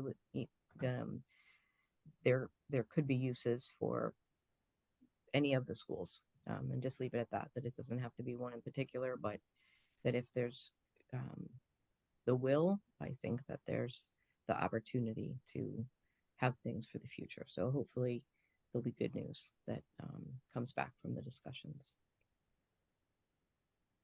Thank you, Kim. Next, is everyone good? Next on the agenda is the Town of Pepperell article. That's just put in your packet for information. That's how Townsend wrote their article, or not Townsend. Pepperell wrote their article. All right, Randy, on to policy. Yes, there are 4 policies. Kim, you would have had a chance to read this another time, but these are up for adoption. They've already been out to for a first reading. Our policies from the school committee get recommended to the full committee for a first reading. They go out for a minimum of 3 weeks. Usually it's one full meeting between for the public to comment or for school committee members to comment if there's any changes that they want. And then it comes back for a full adoption for any of the changes that got made. These 3 that are up for adoption this evening for your benefit, these were all just, except for, actually, we're gonna skip the AC and just do the IMG, IJOA, and IK. And these were just, that came up in our 5-year review that we were changing and doing some minor updates too. So I'm gonna make a motion to approve IMG animals in school, IJOA field trips, and IK student progress reports to parents and guardians for adoption. I second. That is Randy making the motion and Lisa seconding. Any discussion? All right, Randy, Yes. June, Yeah. Kim,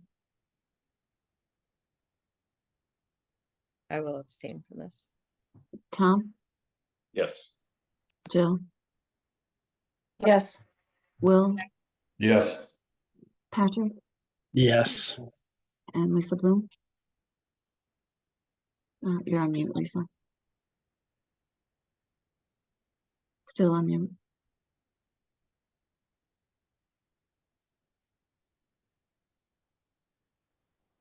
Sorry, I'm on my phone. Yeah, yes. All right, and myself is yes. Before we go any further, Kim, if there are any committees that you would like to be on, we will make a motion on the next committee meeting to make your appointment to those, to any of the subcommittees. If you'd like to be on them, Well, you can look at them and discuss. And I mean, we and can't do quorum, but you can be on a few. so currently, right now, I think the finance subcommittee is the only one that has quorum or has 4, the maximum. That's the only one that does not have an available slot. All right. Going on to warrants, our warrant committee. Patrick, nothing?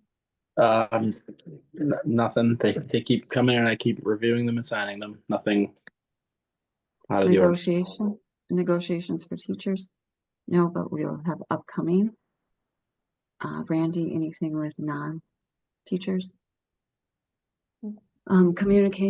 Community outreach and liaisons. With the town meetings coming aboard or on March 10th. Brad did send out an email who would be doing what presentations and where. Gary and myself are in Pepperell. Will, Randy, and Brad will be in Townsend, and Nancy and June will be in Ashby. Is that okay with everyone? Yes. Yeah. June? Okay, and I was Randy? gonna say, I just want to make sure that anybody who lives in any particular town, you can go to your town. Yes. This is more of the presentation part of it. I mean, if anyone in Pepper would like to do it, I'll give you my slot, but. Yeah. All right, so that's just an update on that. Any other business? I make a motion to adjourn. Okay, before we do that, we do have executive session, but I'm going to skip executive session.